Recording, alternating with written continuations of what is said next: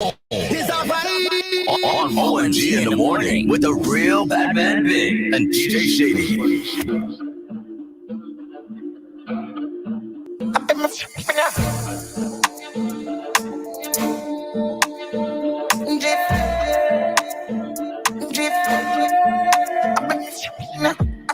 No more keeper, can't stop. Ooh, singer, yeah, bad man.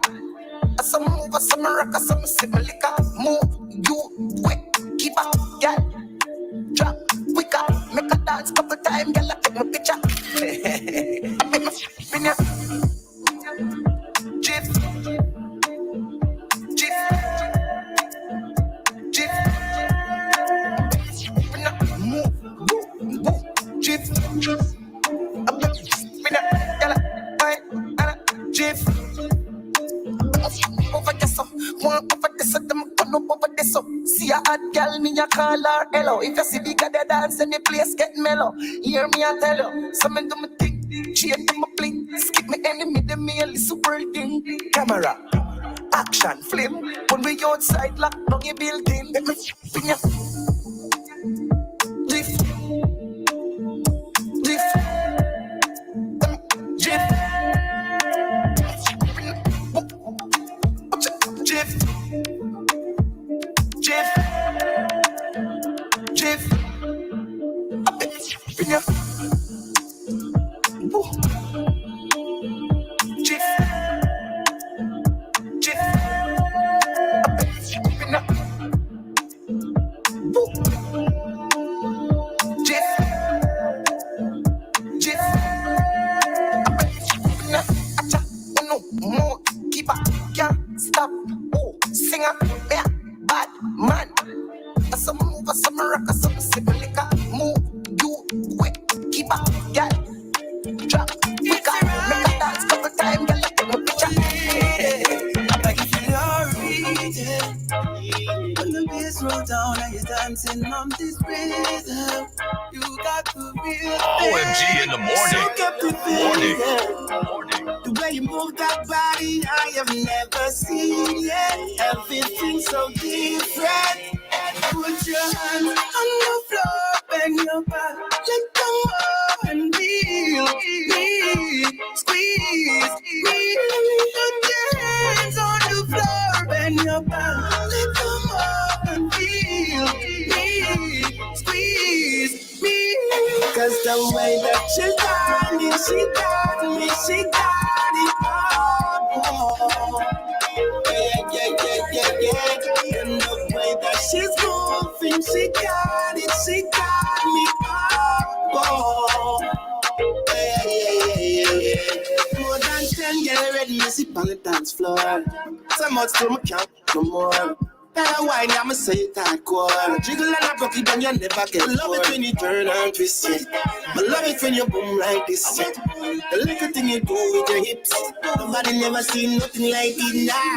Put your hands on the floor, bend your back, let them go and feel the beat. Squeeze, breathe.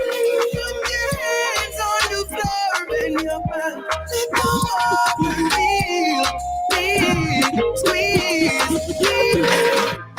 What a vibe like this. Girl, I bubble up, me say that are the nice things. Grab a couple drinks and we know what you priceless. Only live once, we enjoy this.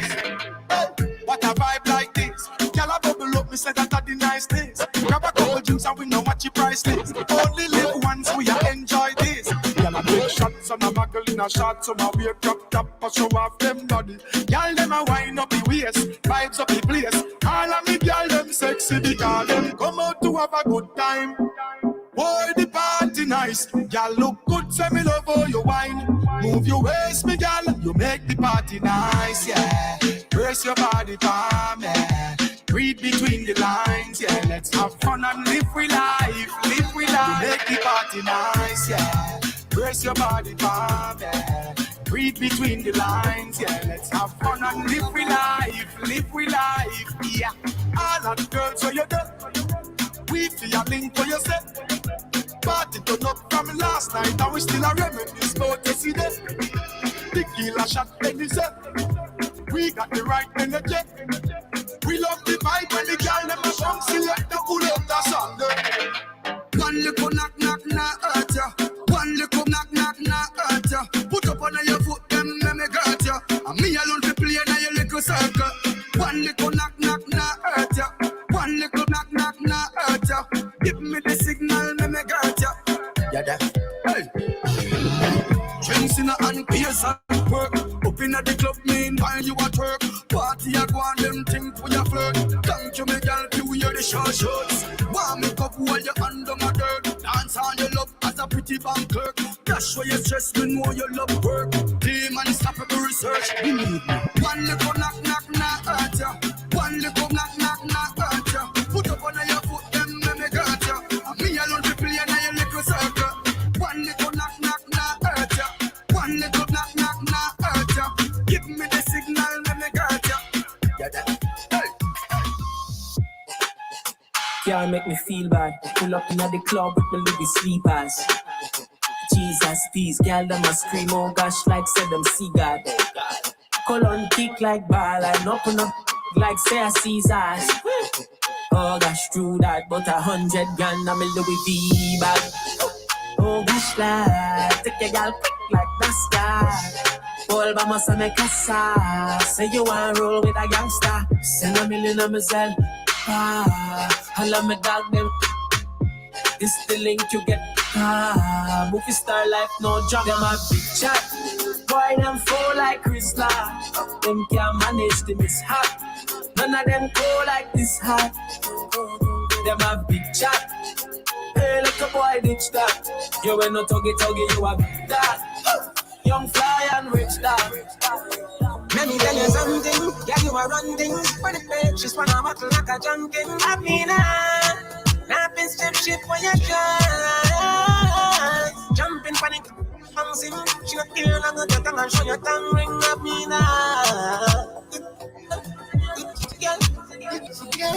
no one can find me if you want somebody around you.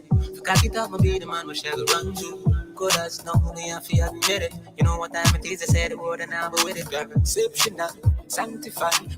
Me want you make you fantasize, girl. Say it now for me forever, make you do it more than I change, I'm more feeling. Rubber use me, slap up your chin. Sexy girl with a good underneath. Ruffle back on the fancy shit. Freaky girl, look to you beat me, girl. You see where I go over near you. Watch me there, remember, say I just I get to hear you. Feel nobody calling for you. Feel nobody want you like me want you. Let me tell you something, girl, you are running things. For the page, just wanna buckle like a junkin'. I mean, I've been step shit when you try. Jumping panic like she bouncing. She not care long as your tongue and show your tongue ring. I mean, The number one morning show in the SVG. Morning. OMG in the morning. Come on now. Got 9 minutes after the hour of 7 o'clock in the morning. Let me let you know about Hotel Alexandrina Cultural Bar and Grill. Looking for the ultimate destination for relaxation and exceptional flavor. Look no further than Hotel Alexandrina Cultural Bar and Grill in Prospect. Join them Monday to Saturday from 3 p.m. You can check them out this afternoon from 3 o'clock for a dining experience like no other. Discover their mouth-watering menu, vibrant atmosphere, and Vincentian hospitality. Now, you can call them if you want to make a reservation or something, which you really don't have to, but you can call them to get more information on their menu at 456-9788 or just visit them at Culture Bar and Grill. Yeah, that's Hotel Alexandrina. And why not? Why not? Go check them out. Hey, good morning to my boy Shallow. Yeah, Shallow at SVG Tires Limited. Yeah, they have a special going on right now at SVG Tires. Buy a regular set of price and get the fourth one for free. Absolutely free. You understand what I'm saying? You get the fourth tire for free. All right. Visit their stores today in Kingstown at 457-1467. Or you can check them out. They've got an Annisville location as well. That's SVG Tires. My boy Shallow at 4444. Yeah, morning to you, Shallow. Good morning to you and the family this morning. Yeah, make sure you go and check them out. In case you don't know where they are in Kingston, they are downstairs flight SVG General Services. That's where they are. So you can make sure you go and check them out there. Yeah, you don't wanna not go to. Make sure when you think tires, make sure you check out SVG Tires Limited. Yeah. Listen. Here's an important notice from Max Pizza in Beckway.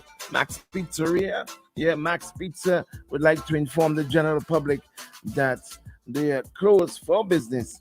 Yeah, they look forward to serving you from the 25th to the 12th. So that's from the 26th on the 25th, the 26th of September to the from the 26th.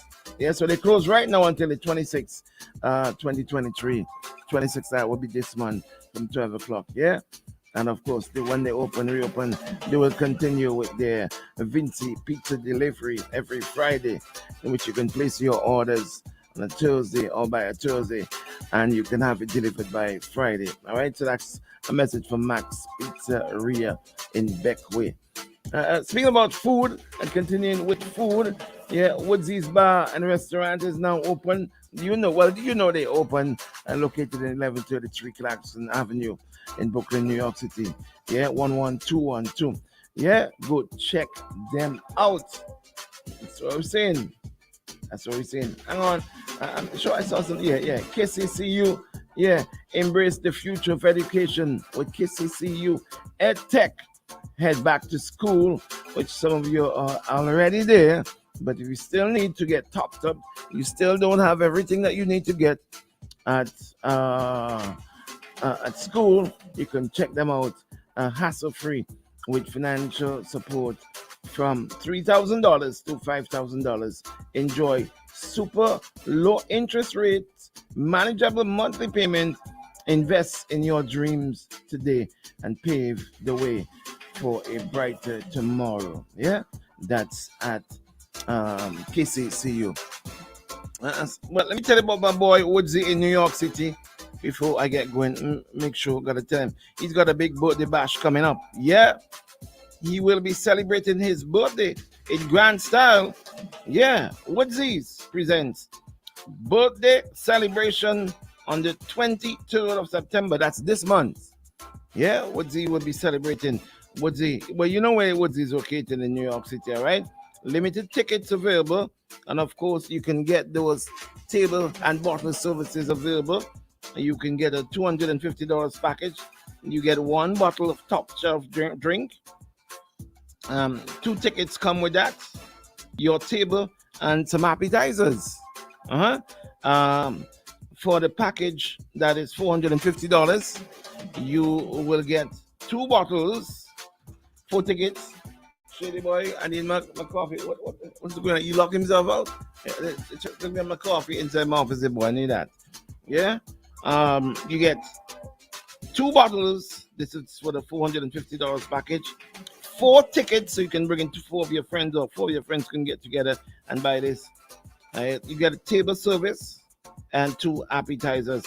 And for the big one, the one that where you can get more of your friends coming in, or you can get together and contribute to this, the $650 package, 3 bottles, top shelf premium bottles, 6 tickets, that's 6 of your friends or family.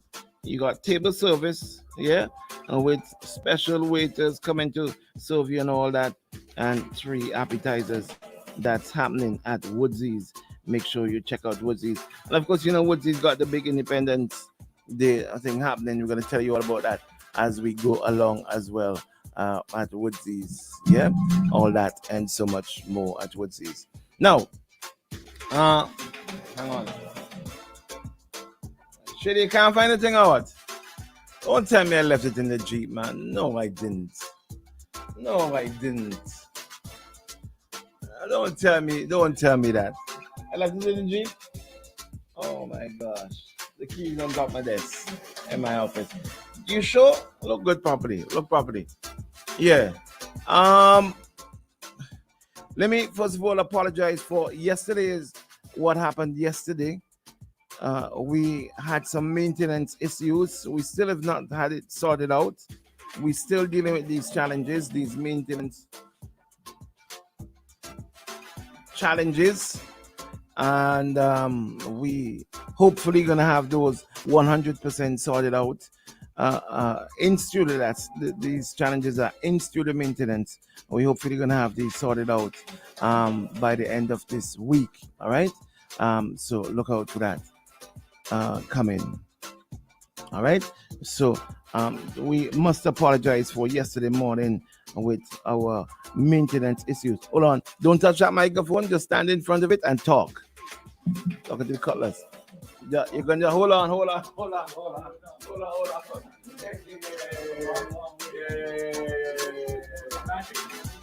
Don't touch. Is that good for you? That's fine. All right, hold on. Make sure you okay. Yeah. How are you doing? Oh yes, you good. I am in morning. I am. Somebody sent me a picture of a thing you post on Facebook, showing you in morning for your child starting school, your baby daughter starting school. Yes. Why is it that you have such favoritism towards your daughter? I have favoritism to all of my You're children. lying to me. I don't see you posting anything about Actually, your sons. yesterday was my son James's birthday. It was James' birthday yesterday? Yes. Yesterday was James' birthday. He's there about. You don't even know how old he is. What's your state? What kind of father are you? How old is James Bing? Bing, how old? What year was he born? When did Jamie born? What's Jamie's birthday? 2003. She just turned 16. What was August the birthday? 30th, 2007. Alex is April 14th, 2003. Shanae is May 11th, 2000. How could you not know your children's birthday? I don't even know. I don't even know my birthday. What the hell are you asking me don't about? make excuses. I don't even know my I don't know birthday. what mine is, but I know my children's. We need to do better with our children. Shady, you know your child's birthday? Shady was Indian baby birthday. 13th hour. What year? You see, this is one of the major. You see, we cuss and carry on, right? Yeah, People yeah. like it. But when you talk about the real problems we have, fathers who Both don't pay days, attention to their both children. days, But both this is days. important. I know man. yesterday was James's birthday. But you My don't know how old son's he is. birthday. You don't know whether he's 27 or 14. Should we put you on camera for me, please? You know? Put you on camera for me, Am please. I not speaking the truth? Should we put you there? Put you You on camera there for should me, be please, admit Shady? that you need to do better. With you my, need to do with, better. I don't even know what my damn birthday is. Who cares about you? It's about your children. Once you decide to have children, your life is pretty much over, you know. That's It true. becomes about That's your true. children. That's the true. end of that story. Things say you look terrible. I know. Why I is want to that? say. Shady, Is it go, that go, you- go back there and I want to line up a song there for me. Yesterday Is I it- had a close one yesterday. You did, fellas. okay. And why was that, do you think? I don't start. Please promise me don't start. I Promise just me. want you to tell me why you had a bad one yesterday. Don't start. Okay. Will you answer me? Okay. My sugar dropped in a And what caused that? significant way. And what yesterday. caused that? What caused your sugar to drop? Yesterday we had the challenges in studio Yes, yesterday, Correct. which you know, Correct. and it was a really stressful Correct, day yes. for me yesterday, Yes. and I didn't have I didn't eat properly. So let me ask you a I didn't question. eat. Let me ask you a question. Yes. When these things are coming on, do you feel any symptoms Yes, coming up? yes, You I do. do. I do. And I you're do. not paying enough attention. I was driving You see. actually. I have a thing called Meniere's disease, as you know. Yes. Tell us about that. We know about I that. walk with these pills in my pocket everywhere I go because I can begin to feel the trigger. Stress is a big trigger. And since what happened to you is primarily stress related, it's the same thing. We don't pay enough attention to stress, right? My Meniere's is largely triggered by stress. It took me years to figure it out. I know what it is. I know what I have to deal with. I have to avoid salt. I have to avoid too much sugar. I have to get some exercise, right? These are the things I have to do. I can't drink caffeine. So I stay away from these things, right? Go easy on alcohol. And whenever you feel something coming on, you can begin to feel it. Noise in your ears. Your head begins to feel a little wobbly. Take my pill, lie down, and calm myself down. The point is, big. You have to pay. Nobody is responsible for you other than yourself, despite what you might like to think. You have to pay attention to your body and what your body's telling you. And as soon as you feel something, you have to go look after yourself. This is not difficult stuff. You know, strange enough yesterday. I was driving yesterday, Right, and it was coming on. right. Right. And what did you do? What did you immediately do? Long story. Okay, buddy. can I tell you what you should have done? Long story. You know what you should have done? You should have pulled aside immediately, stopped your vehicle immediately, put on the flashes if necessary immediately if you're in the road, right? Right? Make a phone call and tell somebody to get you some help immediately. That's what you should have done. But I bet you didn't do that. Because when you kept driving, and then you fainted or something like that happened and you crashed and killed somebody, then what? We need people to think more sensibly, Bing, starting with you. And if I could succeed with you, I will have solved one of the biggest challenges in the world. Oh man! I will be the man with the solutions. I have never experienced what I experienced yesterday. If you don't look after yourself, buddy, you gotta pay attention to the symptoms. I had a strange one yesterday. An angel looked over me yesterday. I subscribe to a thing called First of all, I want to say thanks to Auntie Barbara, my cousin after you. Ilona, Yes. my two sons, and they really, it was Looked a after bit, you and kept you again yeah. until the next incident comes along, which it will, but that's another story. I subscribe to a medical news blog thingy. I get a message every day about You want to what's come going in on. closer? Well, I don't know if I'm allowed to because you told me don't touch anything. You told me not to touch anything, and since we are on radio, Bing, it's important one of us keep talking. Otherwise, you will be in the middle of what's called dead air. You got it there now, which is not good. You're the radio expert here, you and Shady, so you all tell me it's dead air is not a good thing. Yeah. All right. So this thing that I come at least every 3 or 4 days, they're talking about diabetes issues, right? And there's a lot of things you can do for diabetes. There's a lot of natural things you can take, a lot of natural foods you can take, but it involves a lot of discipline, right, to get there. So you really have a choice in life. Not just you, but all of those who are suffering. I was diabetes. really doing well. Cutlass. You were not. Really... You were not. No. You were not. Up to yesterday. No, that's my really point. You yesterday. were not. You're lying to yourself already. Okay? Because diabetes is not a thing where one day you're going to fall off the wagon if you were doing really well. Right? It's not like that. So I understand stress too. But the point is you were not doing as well as you think. And for all of those of you out there who have diabetes, I encourage you to please go on the internet. Stop the Facebook stupidness, right? Go and figure out more of what can help you, depending upon which type of diabetes you have, right? Whether it's more genetic or whether it's more self-inflicted, as I call it. Chili, you know, the one person when I came through, because what happened is that I kind of fainted or whatever, you passed out. Right, you passed out. Where were you when you passed out? At home. In Where? Villa. At home. I was in Okay. Villa, yeah. Right. And I caught when I came through, I saw my aunt and my nephew and my two sons over me screaming, right? And after I came through and I sat up and they gave me whatever, the sugar and the glucose kind of stuff now. I said, this damn Cutlass, I could just imagine him in my ear. Because I know he's gonna be carried on. No, about I'm not just this. carrying on for your benefit. I know he's gonna be Diabetes coming is on such about a this. nasty, wicked disease. Yeah. I think I told you about this 25 years ago. Whatever a doctor told me, I'd much rather have I don't need to hear this. HIV I don't need to hear this. I don't need to hear this. You do I need don't to hear it, and somebody should keep talking to you. You realize you could have been a dead man now? Not the diabetes, you could have toppled over and hit your head. You'd be dead. Yeah. So if you don't want to take it seriously, fine. But you're a good Christian boy, so you're going to heaven. So you're probably looking forward to your death, which is fine. Man, Unlike I got me. my angels Right? waiting on me. I The got my angels will look angels after you. waiting Your on me. angels are waiting on you, right? So you don't mind dying, really, right?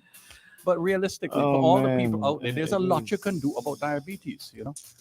My friend Dr. Malcolm Grant, a terrific doctor. Any of you who need a doctor, Malcolm is in Arnesville, a terrific doctor and a wonderful human being. Yeah. And you know why he's really wonderful? Because I used to cut his ass in chess in high school. So, except he beat me once, so he remembers that forever. Right? But Malcolm is a terrific doctor. You guys need anybody? Terrific. Well, you know what's really great about Malcolm? If he doesn't know something, you know what he does? He says, I don't know. I will refer you to an expert. I'll go and do some more research on it. What other doctors in medicine do that? Anyway, Tell me now. We're not here to talk about this. We are because you need to go to the point I'm making is you need. I have some other stuff I want us to talk Good, we'll about. get there. But we need to. It's important here. This is people's health. Please do some research, do some reading, and do some. Eat better. You know what happened? I let someone push me yesterday, And Was it that grand? was, yeah, it was grand. It was grand. He was grand. You guys were so active in the chat Yeah, yesterday. yeah, I didn't know yeah, what the hell was I going let on. someone push me yesterday to do something that I should not have done. What was her name? And Grant. Her name? Grant. Oh, okay. Grant. I thought Push it was me only to do women who something could push that you to do things. to do something that I should not have done, and I think, and that is it, because it was coming on. I felt it, and Yeah, I and you did, yeah. and I let that person push me, All right. and I decided never again. Thank you. You know, so some mornings ago, I got a call on from Kingsley De Freitas. Yes, my friend Kingsley. Your friend, My our friend. friend King, your friend. I not don't know my if he's friend. your friend. He's my friend. Yeah, Kingsley De Freitas, my friend too. Yes. And he stated in his conversation on air that our friend, Commissioner of Police Colin Colin. Graham, Yeah. Colin John. was leaving Yes. office Right. this Friday. Okay. Of course, I didn't respond. Right. I'm not going to comment. Yes, because you're friends with Colin. So Because- you might have inside info. Right, and I'm Right. not commenting. Fair enough. I'm not going to confirm or deny. Fair enough. Right? But the rumor is very strong. But the rumor is very strong. Right. Yesterday, I spoke to Prime Minister Gonsalves. What's his name again? Prime Minister Gonsalves. Oh. So what's his name again? What did you What cha- Shady, what do you all refer to him? Big Red, Big Red, Shady, Big Red, what Big Red. changed yesterday when he was calling the man Big Red all the time, refused My to call him my Prime Minister. diabetes, This morning now he and I calls fell Prime and Minister. I hit my head. Because the I man fainted. picks up the phone I and calls fainted. him. I fainted. not- I fainted. Because he I calls you, fainted. you're Big so Red. intimidated. You Big can't. Red, Big You Red, have to Big refer Red, to him Big Red. respectfully. Big I'm Red, happy right, to hear Big that. Red, yeah. So, and I asked him certain questions. Yes. Pertaining Is to this a private conversation you had or a conversation? There's you a can private speak about? conversation, but there of course there are things in there in that private conversation that you can speak which I can speak Okay, about, fair enough. Yes. which are in the public sphere. Okay. One of the things I asked him was about Colin, Commissioner Cullen, which he gave me the response, but which you're he not gave, going to say that. which he gave publicly about. He gave that, right? And you said, "Come on, tell me the truth." I said, "Come on," Pierre. And he proceeded to say, "Well, you know, Stephen said yeah, a man talk a lot but didn't say anything." Something about it. He said your friend the Cutlass responded by saying a man who talks a lot but didn't say anything on this issue.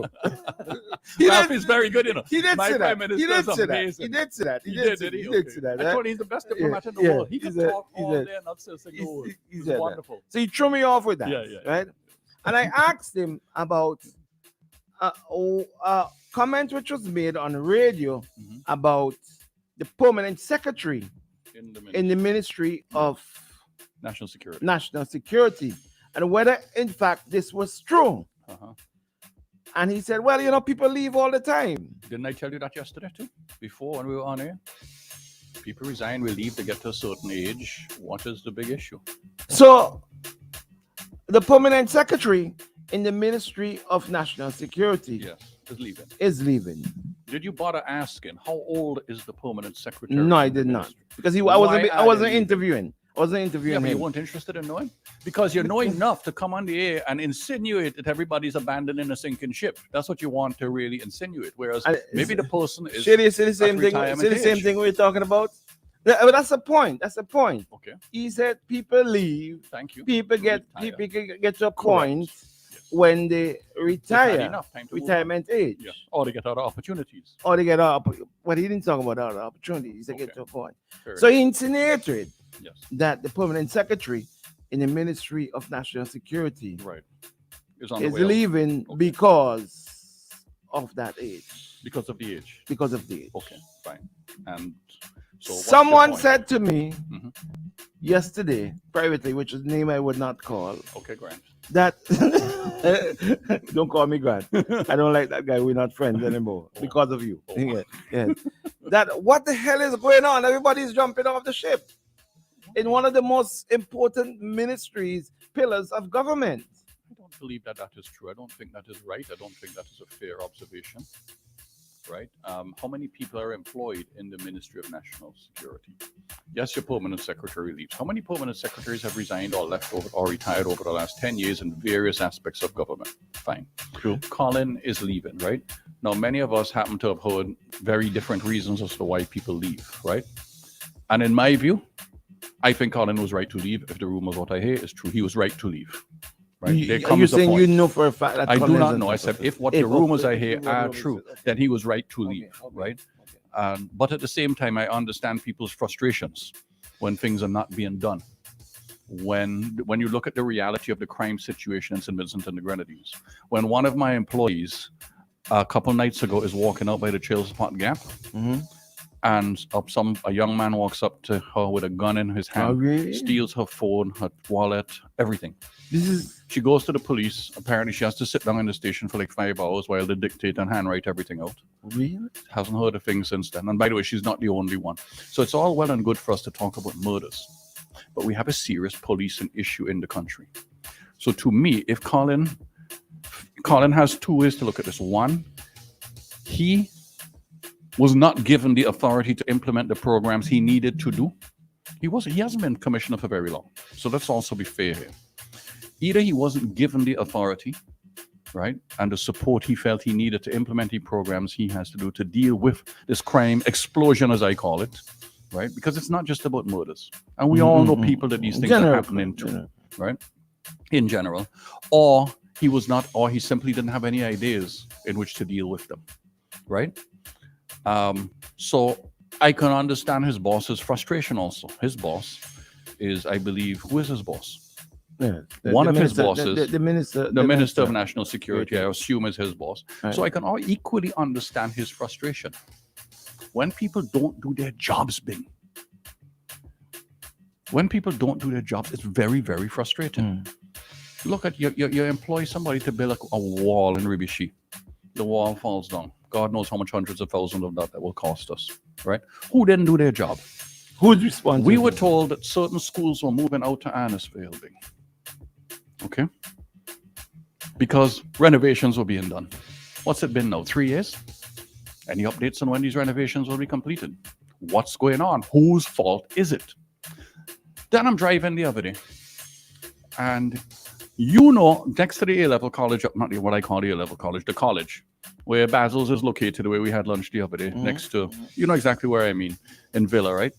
Where it seems to have taken them years to build a big back wall there. It may not have been years, but it certainly felt like it. They pretty much finished the back wall eventually after it took so long, so God knows how much money that cost us. Then they go ahead and they backfill and do all the things they're doing. And it seems to me the backfilling was at least done correctly, because I saw a lot of stones and rocks and so on being put in there. That took so Then many they years. basically finished. When I say finished, the stone gravel was on there. And I'm watching this and I'm telling my girlfriend, so watch this, honey. They're going to rush at the last minute to try and pave this. Whole summer it's sitting there, Bing. They could have paved it. Then they built this horrible looking, tiny little bus shelter, supposedly. Yes. That I'm thinking, Jesus, For- I wonder for how all much the- money they paid For for all that. the children. Thank at the you. This community tiny college. little thing. Hundreds And they of built it in children. the wrong location, right? Relative to where the buses are going to stop. And it's still not finished. But wait, Bing. Apparently the day they open school is when they rush to try and pave it. Who is responsible in this country? Who is going to put up their hand and say, I am responsible. This is not good enough. I'm either going to fix it or I'm going to resign. Who is responsible? Something is very wrong in this country, where we feel that because we wear a particular color shirt or support a particular party, we can do stupidness and get away with it. My friend Ralph Gonsalves' biggest problem, and I've said it before and I'll continue to say it, he values loyalty over competence. And I will say it, and Ralph, you could call me anytime, we could discuss it anytime. You are surrounded by incompetent yes men who will not tell you the truth of what is going on. There was a time when Ralph used to call me every single week. And I think one of the reasons he called me, I suspect, I don't know, but I suspect, is because he would actually hear different things from me that I didn't necessarily agree with him. And you tell him the truth. And I would tell him my opinions. I have a young lady who works for me. Her name is Sabrina Dixon. Ralph loves her to death, with good reason. She's a terrific lady. Her parents come from poor people background in up in South Rivers. His area. You know, these are people that should be greatly admired. They've built themselves up through hard work and education. Sabrina's a terrific person. Sabrina and I fight all the time. She is not a yes woman. She'll tell me what I think. What I don't think, sorry. She will tell me different views. And I make better decisions because of her. right? I will change my position because she tells me something different. And I am prepared at that point. The difference is once I make the final decision, which is my job to do, that's why I get paid the big bucks, right? I make a better decision, and two, she's 100% on side. I'm going to support you, and I'm going to try and make sure you get this thing done. This is what Ralph Gonsalves needs that I suspect he does not have. People who will tell him, and let him cuss if he gets upset. How many times I cuss Sabrina? And we fight and argue. That's not the end of the world. Yes. One of the things why I encourage people to play sports. Yeah, but politics is a different thing, though. No, it's not. It's about personalities also. No, but politics is a numbers game, though. Well, the problem is, do you just want to keep winning, or do you want to have an effect? With politics, Which you want you to keep winning. You want to keep winning. Well, then you have a problem. Because if all you care about is winning, then you may not be as effective as you need Because to be. you can't be effective if you're not Let there. me tell you something. If you're not there. If I told Ralph Gonsalves, Prime Minister, you are going to die in 5 years' time. You've just won an election and you have 5 years to go. At the end of that 5 years, you are dead. You are gone. Right? What are you going to do that's different? You don't have a son in politics. You don't care about the party. You care about your country and the people in the country. What different things do you think he would do? You think he'd react the same way he does now? I would say absolutely not. Absolutely not. Because he has to think about winning. He has to think about keeping his cronies happy, right? That's the reality as I see it. Jomo and I were on the other day, and you asked the question. So what are you going to do then? Or what would you do? Remember that? What would you do different? What are the solutions, right? What are we identified some problems, and I say, what are the solutions? Sometimes you actually ask amazingly bang-on questions. Because the reality is that those of us who come on radio like to criticize. Very few of us bother to take the time. We are basically the same as a lot of the governing politicians.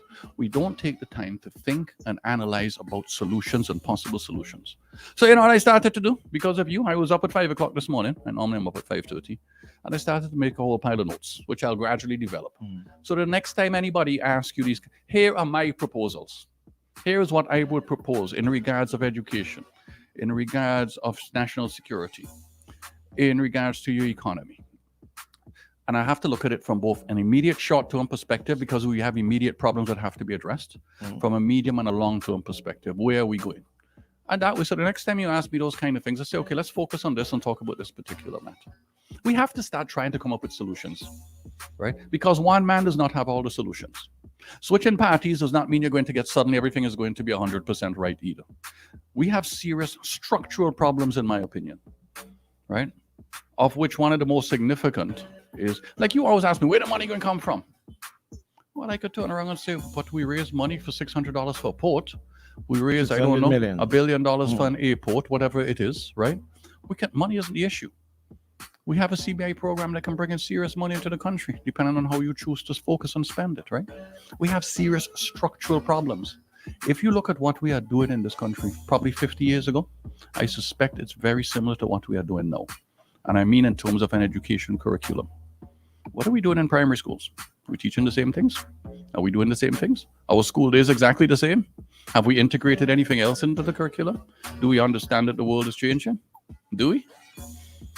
So I think that those of us who come on the radio need to start being able to talk positive things, not just negative things, right? And I could talk all the negatives in the world because it's easy to see. You know, you're walking down here, the road this morning, for example, just to call the negative quickly. And most of the road going down is painted on these yellow lines. And half of it is crossed out so people can't park there. Why not instead, why don't we address, as I told you before, a proper parking lot? Why don't we put parking tickets in parking, you know what I mean? A ticketing system in place so people could pay for parking. Why should parking be free? It's not a right. Meters. Right. Putting parking meters in place. Or these days they don't have meters. You have one thing where you go and pay and you put the thing on your dashboard. Right. So it's easy. These are not difficult things to do. They don't cost a lot of money to do. Why is it we won't do the little things right? What's causing these problems? Because we're trying to focus on the big things. Well, because the big things are easy. It's relatively easy to raise millions of dollars and build big buildings. Which do you think will give more numbers, create more numbers? Because we talk about politics as a numbers game. You mean to win votes? Yes. Which do you think? You have to look at that from short term and long term. The short term, The big projects work. The buildings work because people are impressed by buildings. We're talking about building a new hospital in Annisfield, and we keep calling these buildings modern hospital. When does something not become modern? We need to stop using those words. What happens to the modern medical facility in Georgetown in 10 years? Is that still modern then? So stop using the words modern, please. It's not modern. It will not be modern. It's a new hospital. We're talking about the need to build a big hospital. And I will tell you, in my opinion, and from the experts that I have spoken to, our problem is not just physical facilities. Physical facilities are a very small part of the problem. It's human resources that are the problem. What are we doing to deal with that? Right? Who is in charge? Who's the manager? Who's the Minister of National Health? What have you done? I remember when... What are the policies position? I remember when my friend, I think it was Dr. Joel Thompson. Many moons ago. We used to go to the attic, Bing. We'd have lunch and we would talk. And my friend had all the answers. He was in opposition then. He had all the answers. He had a master's in business in terms of medical facility. Of course, he's a medical doctor. He had all the answers, Bing. He gets in there. What happened? The silence is about right. Nothing significant change. But why? Right? Why do you think that? Well, I think it is because the government structure is different than the private sector structure. Why is that? Because you have to deal with a number of civil servants to get things done. You don't just snap your fingers. So when do we make the effort to start make changes to the system? Mitchell complained. So making changes to the system, doing what? Get rid of first of all, do you think that our civil service is too big? You're a man who's yes, it's bloated. The civil service is bloated, right? It has too many people, and they're not performing. Half of them don't have anything to do realistically, but it's a way of quote unquote creating jobs. It is what it is. We know this, Bing. Go inside any civil service office. How many of them are really working? How many of them are on their phones? You know what I had to do yesterday, Bing? I sent a memo to all my staff. I said, you see the social media thing?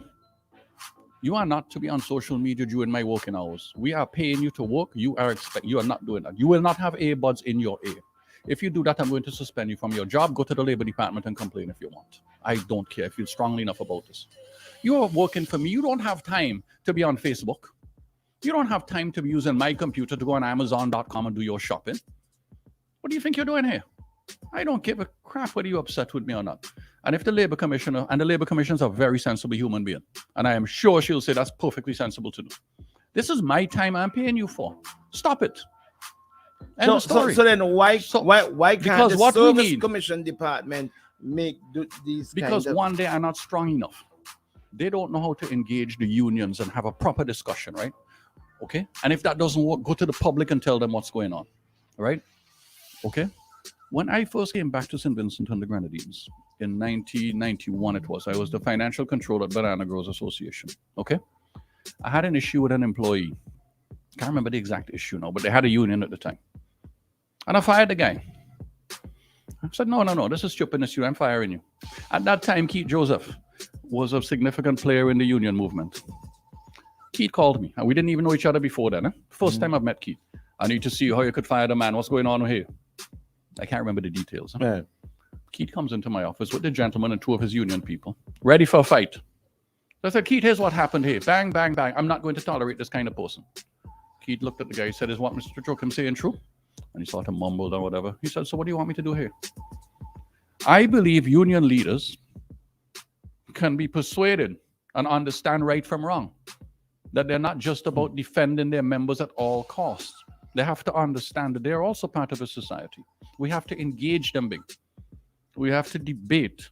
We have to tell them right is wrong. You see, the civil servants, for years I've advocated we create a ministry of incompetence. Right? And you know what I'm going to do?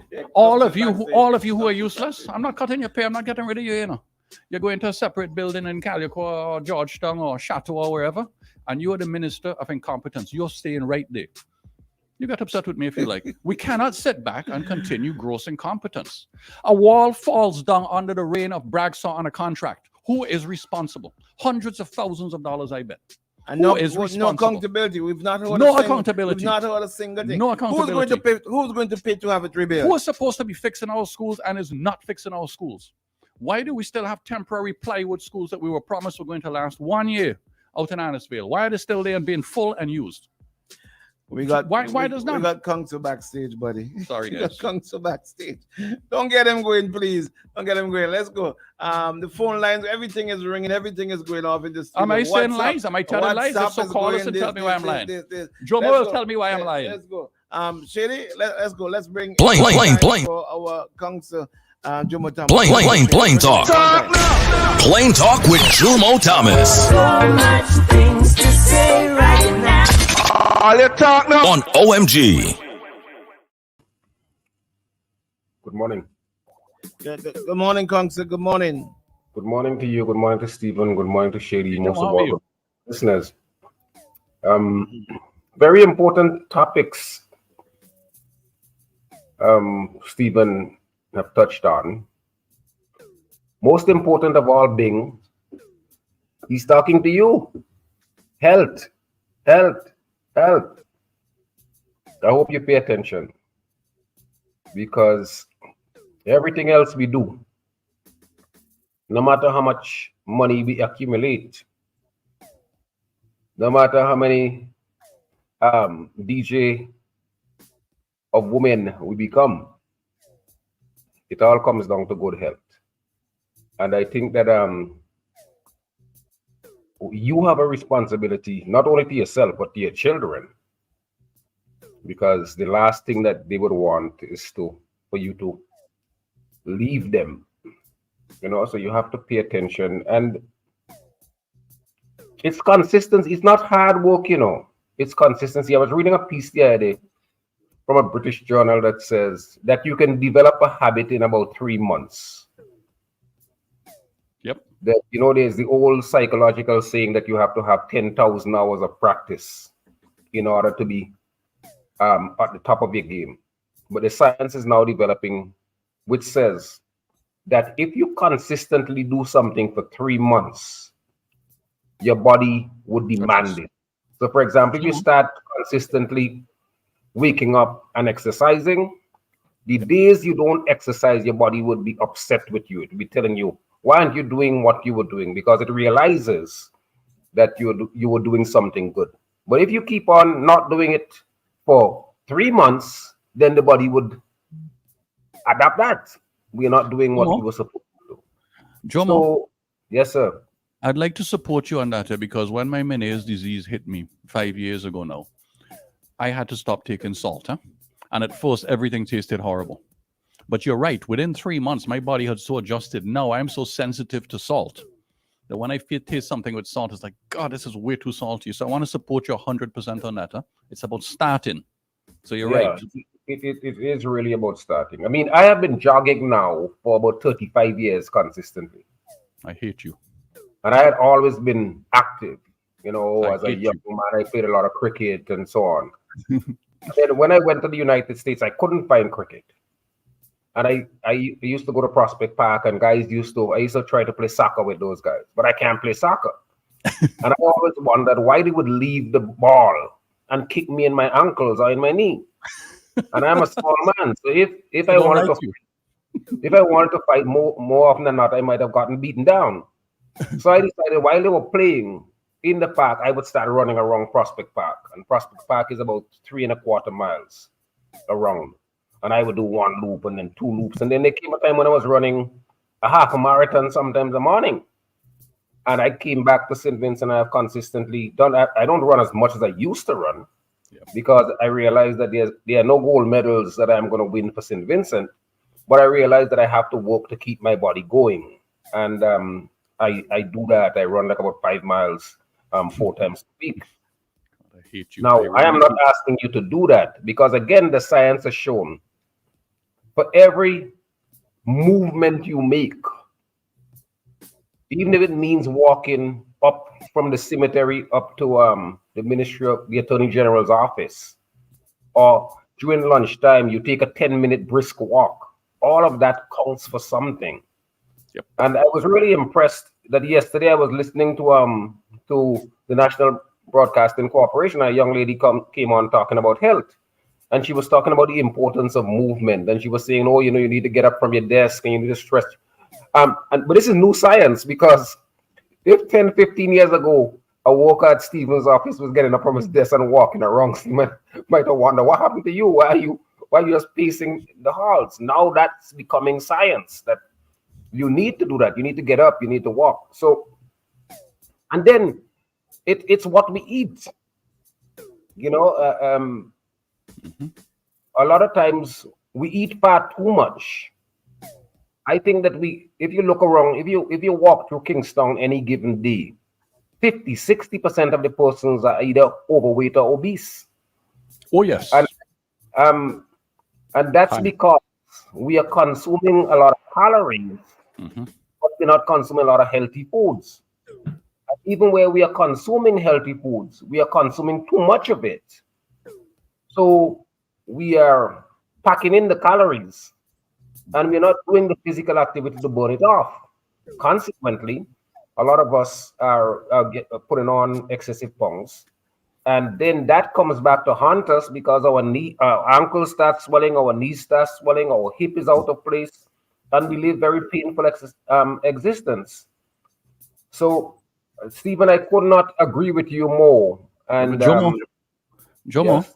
I was saying as you were talking how much I hate you and I despise you, because I wish that I had the knees to be able to run still, because I used to enjoy my running and jogging so much. I still walk, as you know, and do my exercise. Yes, I've seen you. I despise you that you have good knees and I don't. So just so I am really fortunate. I have never had problems with my knees. Wow. What happens to me is that when I'm running, if I begin to feel a tweak in my knee, I know I need to change my jogging shoe. Yeah. No, the shoe needs changing. Oh, I see. So, okay. All right. And then my most expensive shoes are my jogging shoes. I mean, I may buy a jogging shoe for $150. Jom, a very rich man once told me there's 3 things you should never try and save money on: shoes, tires, and a bed, because those are the 3 things that are between you and the ground. Make sure you do quality. And it's very true. Huh? What you're saying is absolutely right.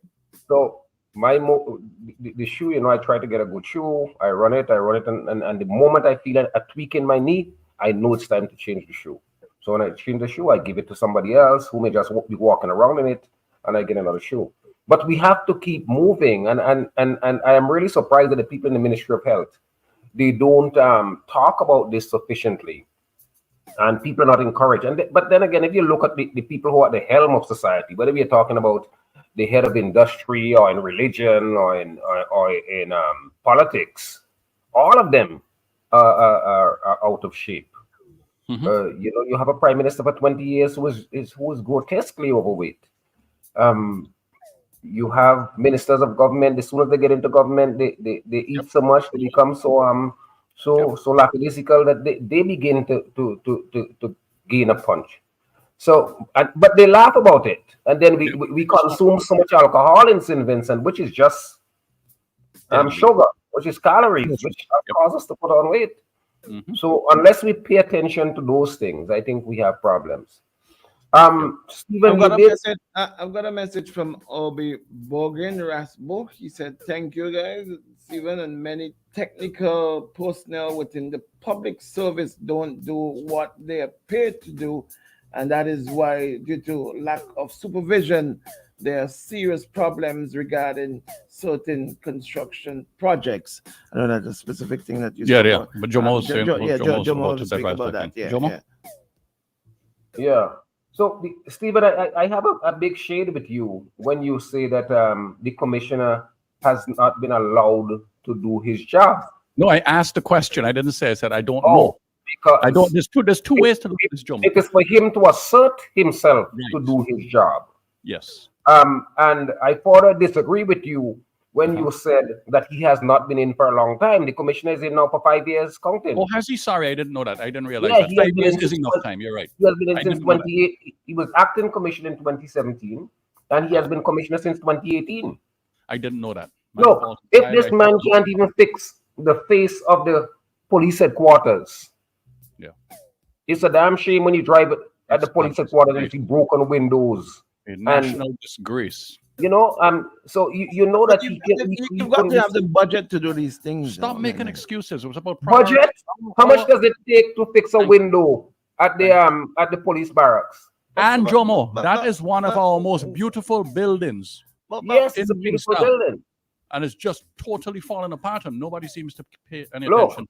they had over. I remember as a little boy when I used to go to the How police long has barracks. the central police station been looking like that? Long. Years Right. now. So Years why are we and putting years the and blame years. on this Because commission? you're- Because the buck stops with him. He's there now. He's there now. You fix it. So, for example, I said that the moment Prime Minister Gonzalez names another commissioner of police, I am going to call on that police chief. The first thing he needs to do is to fix the face of the office where he works. Yep. That's the Interestingly, first thing Jomo, he should do. That's the first stamp he should put, and stamp of Jomo. authority he should put. Jomo, do you remember the first thing the ULP did when they got into power? Almost the very first thing. I They can't fixed recall. the Parliament building. Remember that? That was the first thing Julian Francis and them did. They fixed the Parliament building, Changed cleaned it the up, inside painted, of the changed And it up. then they fix all of the schools and so on. Thank you. Correct. Yeah, Yep. they put a new face in all of the schools. So, so Stephen, I don't agree with this thing that Fair enough. you know. And then you Fair ask, whose You're fault is it? Whose fault is it? You know the old cliche, right? Where does the buck stop? The buck stops at the top. The buck stops at the ultimate authority. So if we have crime, remember when Prime Minister Gonzalez was in opposition, he says Yep. Mitchell and Toussaint were the face of crime in St. Vincent and the Grenadines. Yep. Consequently, if we follow that logic, So, that it is Colin John and Ralph Gonzalez who are the face of crime in St. Vincent and the Grenadines. so let But me I ask have you a always- question, Jomo. I have always made the point that it is fool's goal to claim that if crime falls, or if, for example, suppose next year we have 10 homicides, it is fool goal to jump, for the government to jump, or for the police to jump and say, oh, we have put a dent in crime. Because unless you have a long trajectory showing that crime has fallen off, you'll be Yes. making an error to claim it if it's just one.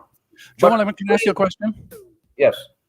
Good. So let's say the buck stops at the top, right? You and I believe, would be quite comfortable in saying that we are sure that the Prime Minister does not enjoy seeing these things happening under his watch. So therefore, the question to you is, why is he not doing something about it? Well, part of it is he can't do anything about it. He doesn't know what to do because you don't know when a homicide is going to jump off. You don't know where it is, but you need to put certain tactical things in place, strategic things done to ensure that, or to try your best that when there's a crime, particular explosive crime like the one we had on July 19, that you have detection, arrest, trial, and conviction swiftly. If you don't do that, and you don't do that over time as we are having now, in 2018 we had 38 homicides. In 2019, I think we had 30. In 2020, 22, not 22, 21 we had 40, 22 we had 42, and my source told me it was more like 47, and the police suppressed it, and the government suppressed it.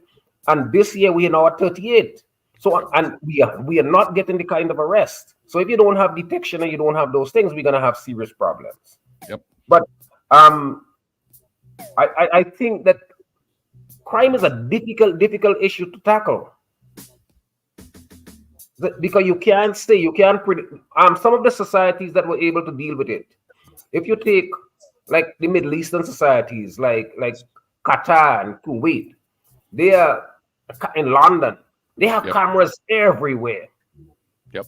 So there's a lot of detection, and where there's detection, there's deterrence, and where there's detection, there's early arrests, which can lead to trial. So you can just suppress crime. We don't have that level of detection in St. Vincent, and we don't employ the level of science that may that may help us to solve crimes. Like I have said, I have been practicing now here in St. Vincent since 2017.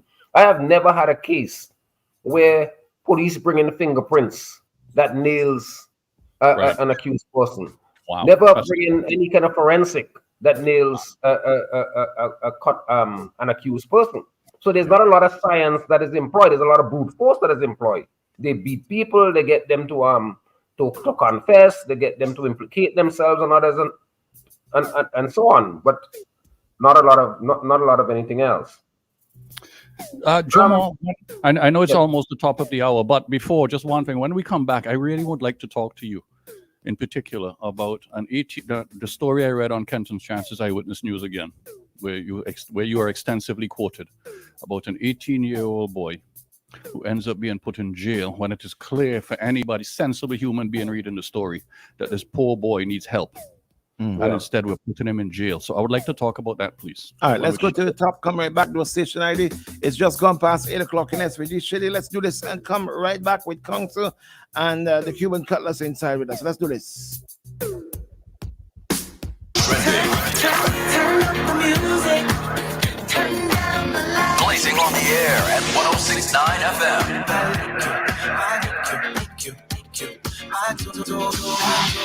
What does this button do? Lord, have mercy. And there is one day that I tune in. On your phone or device at tunein.com or on Instagram, Twitter, Facebook at Boom SVG 1069. The number one morning show in the SVG. Morning. OMG in the morning. Come on now. One more day in the struggle. I forget the bongo jungle. You don't know. Bounce a little sugar no pan. We don't sleep with trouble no man. Oh, said I had a close one yesterday. Jah put an angel over me. Be strong. All of her meditation. One day things must get better. Don't you go down, keep your head above the water. Say, one day things must get better. Be strong. Say, all of her meditation. One day things must get better. Don't you go down, keep your head above the water. One day things must get better. The rich is wise in his own conceit, but the fool with overstanding searcheth him out. Poor man mourn the rich, riches increase. I said, be not grieve, riches are not forever. Every not the oppressor, choose none of his ways. Be not wise in thine own eyes, only that you must praise. Try not with a man without a cause. If he have done you no harm, let bygone be bygone. Said I had a close one yesterday. Jah put an angel over me. Be strong. And I say, well, I firm meditation. One day things must get better. Don't you go down, keep your head above that water. One day things must get better. Be strong. And I say, well, I firm meditation. One day I was buried alive, but I'm still breathing.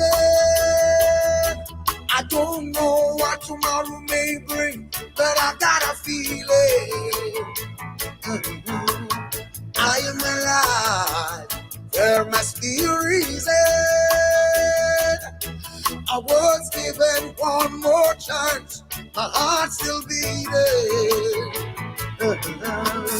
Buried alive, but I'm still breathing. I don't know what tomorrow may bring, but I got a feeling.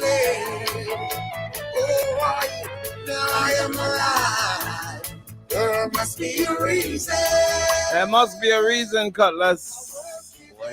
My friend Grant Arnold can sometimes be sensible, which is a very rare thing, but occasionally he's quite sensible. He posted something in our chat that says, a wise man once said, be careful who you let on your ship, because some people will sink the whole ship just because they can't be the captain. Take that how you want. Take that how you want.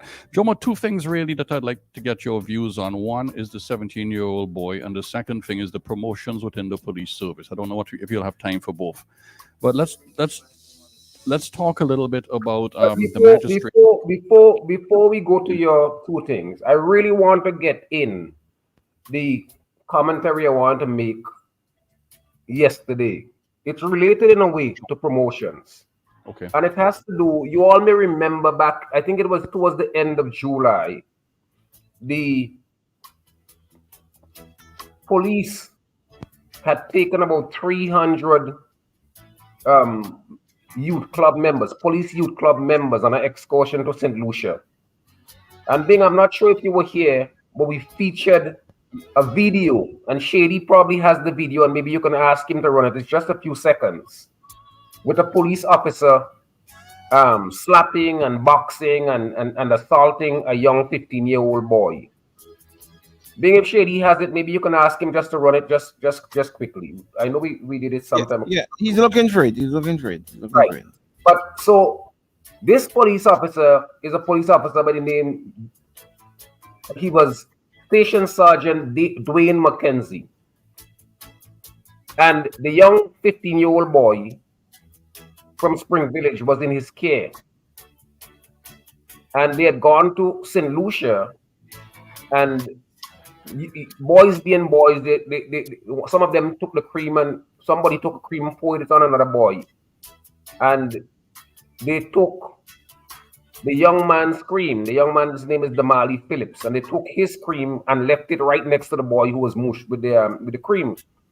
And Phillips approached Mackenzie, Station Sergeant Mackenzie approached the young man and accused him, and he denied it. And Mackenzie went on, and he was captured on tape abusing this young man, assaulting this young man. And I wanted to talk about it, and now Stephen wants to talk about it in terms of promotions, because in the promotions list of last Friday is the name Dwayne McKenzie.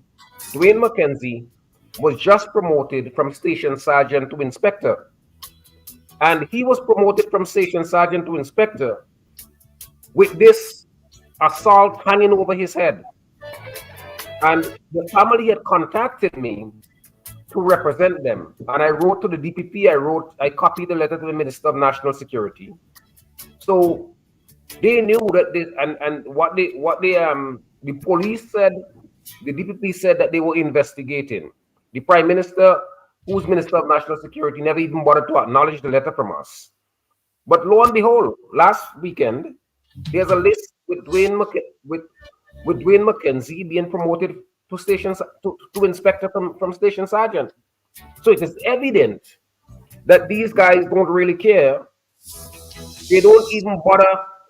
And it makes a mockery of this notion that they are going to investigate.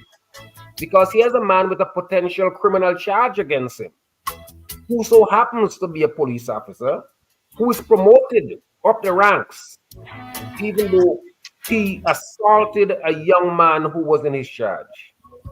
And it tells us a lot about what is happening with the police. So I wanted to put that kind of preamble in there, Stephen, to deal with the question that you wanted to ask. All right, let's go with the video, please. Let's see the video. Jomo, hold on a second. Yeah. Ready.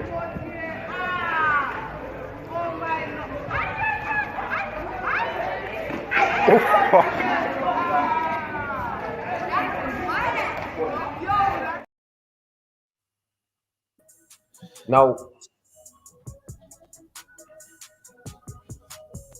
that's Dwayne McKenzie. That's the officer who was That's the gentleman who's now been promoted. In the red top. In the red top. Yeah. And he's now been promoted. I saw, again, quoted extensively on Eyewitness, Kenton again. I saw where Grant was obviously fuming about these promotions and basically insinuating, if he wants to get upset with me, I'm sure he'll cuss me later, but basically insinuating that people are being promoted only because of the color of the shirt that they are wearing. Like, once again, we're going back to what I said all along.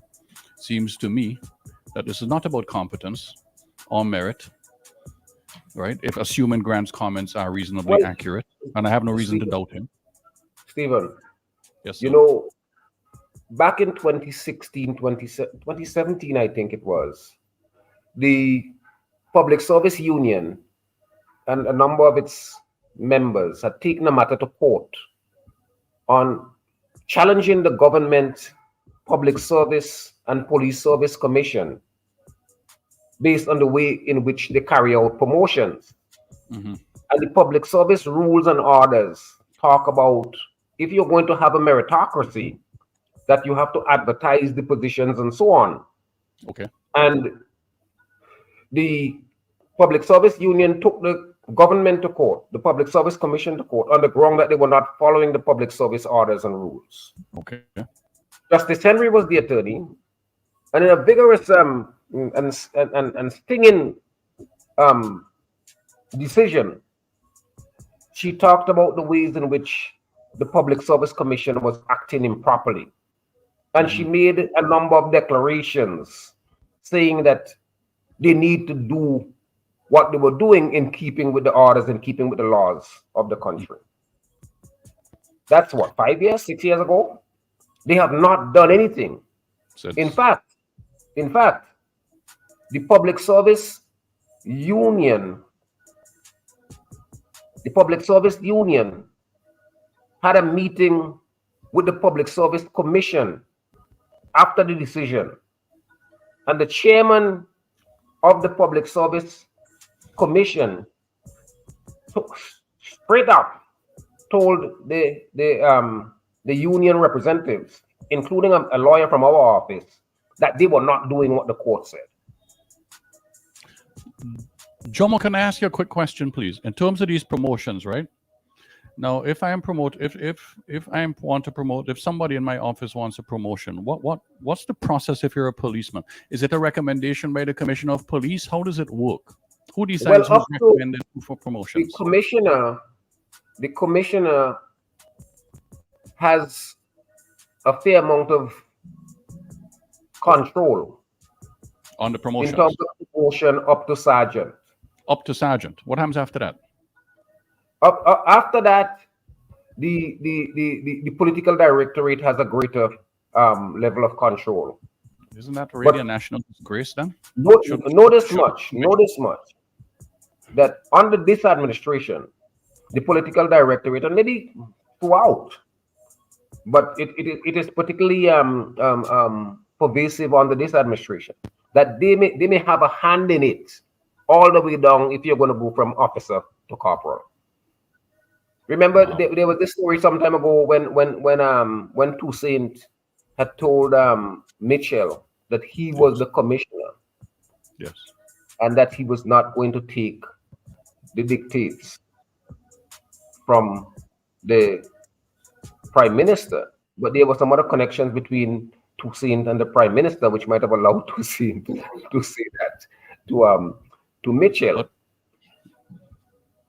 But there was also information has come to me that there was also some time ago when former police, I think he was a inspector or even higher, Starad, was on the Police Service Commission, and the story is that there was some presentation from the executive as to who should be promoted, and it is alleged that Starad pushed back against that kind of interference, only to be swiftly removed from the commission.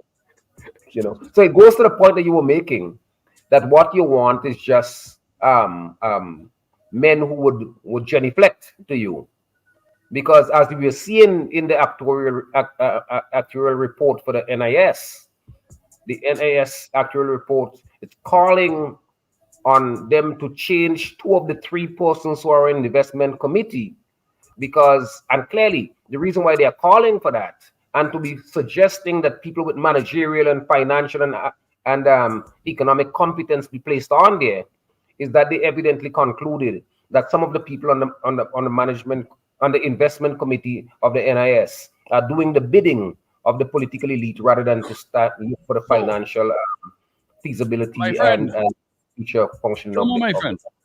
Yes. It seems to me that you now need to apologize to me because I was right all along. Because how do you hold Colin John responsible for dealing with crime when he is being told who he's hiring and who's being promoted into what positions? You can't hold a man accountable.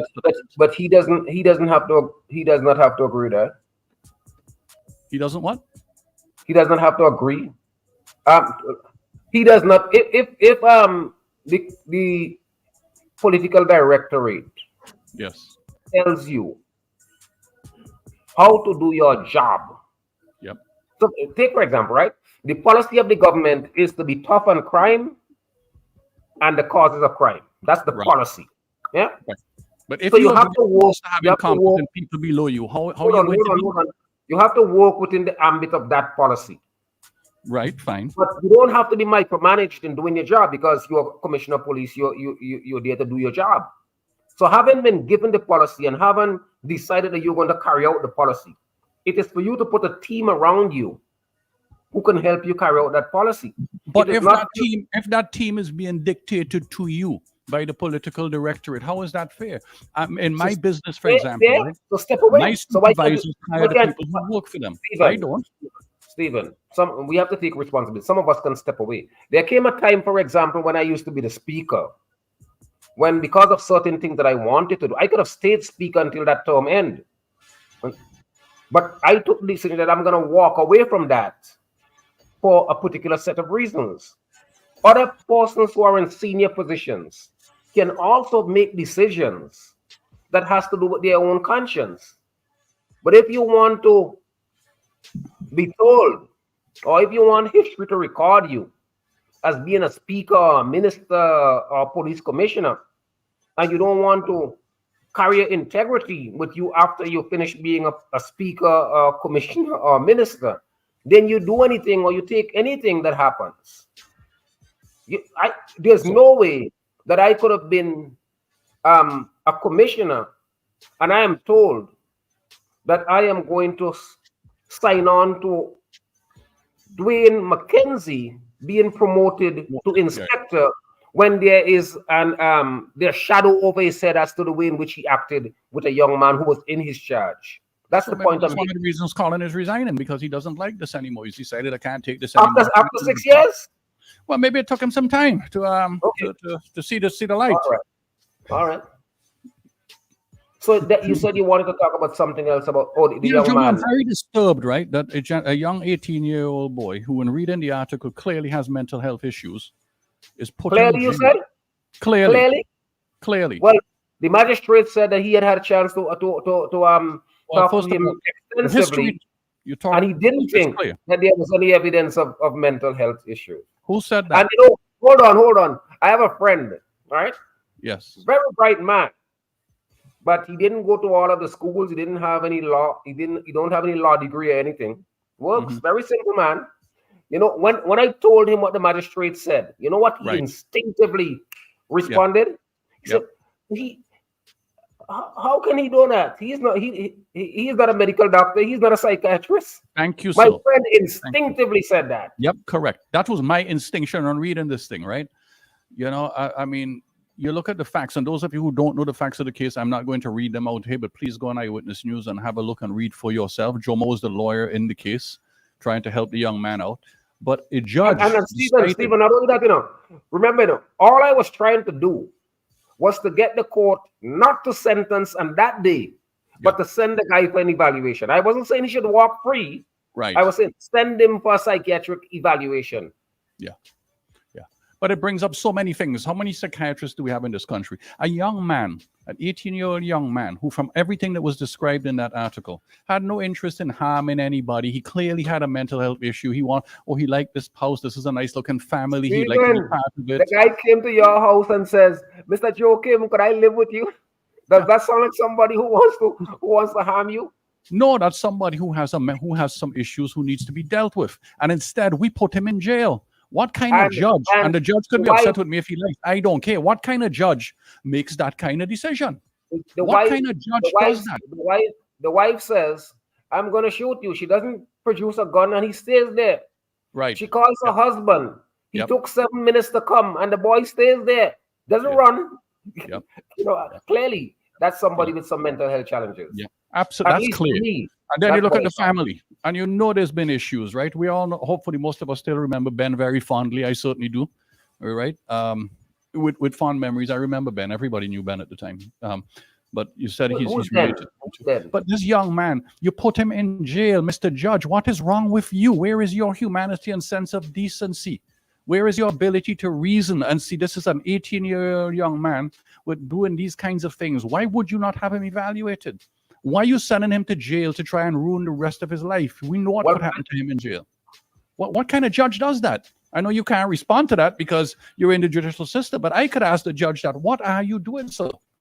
What was the point of that? You didn't think that this is an 18-year-old boy, and I have a 20-year-old son. We all have children, you know, I happen to have a daughter who's had some challenges also.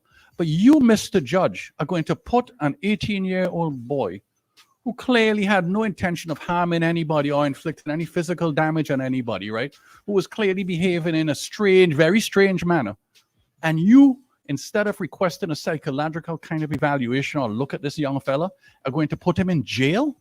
Well, where's your humanity? Where's your decency, Mr. Judge? I don't know you personally, sir. But what you did there was clearly wrong, and you need to do much better than that in future. We can't be doing this to our people, particularly young men. Sorry, Jomo.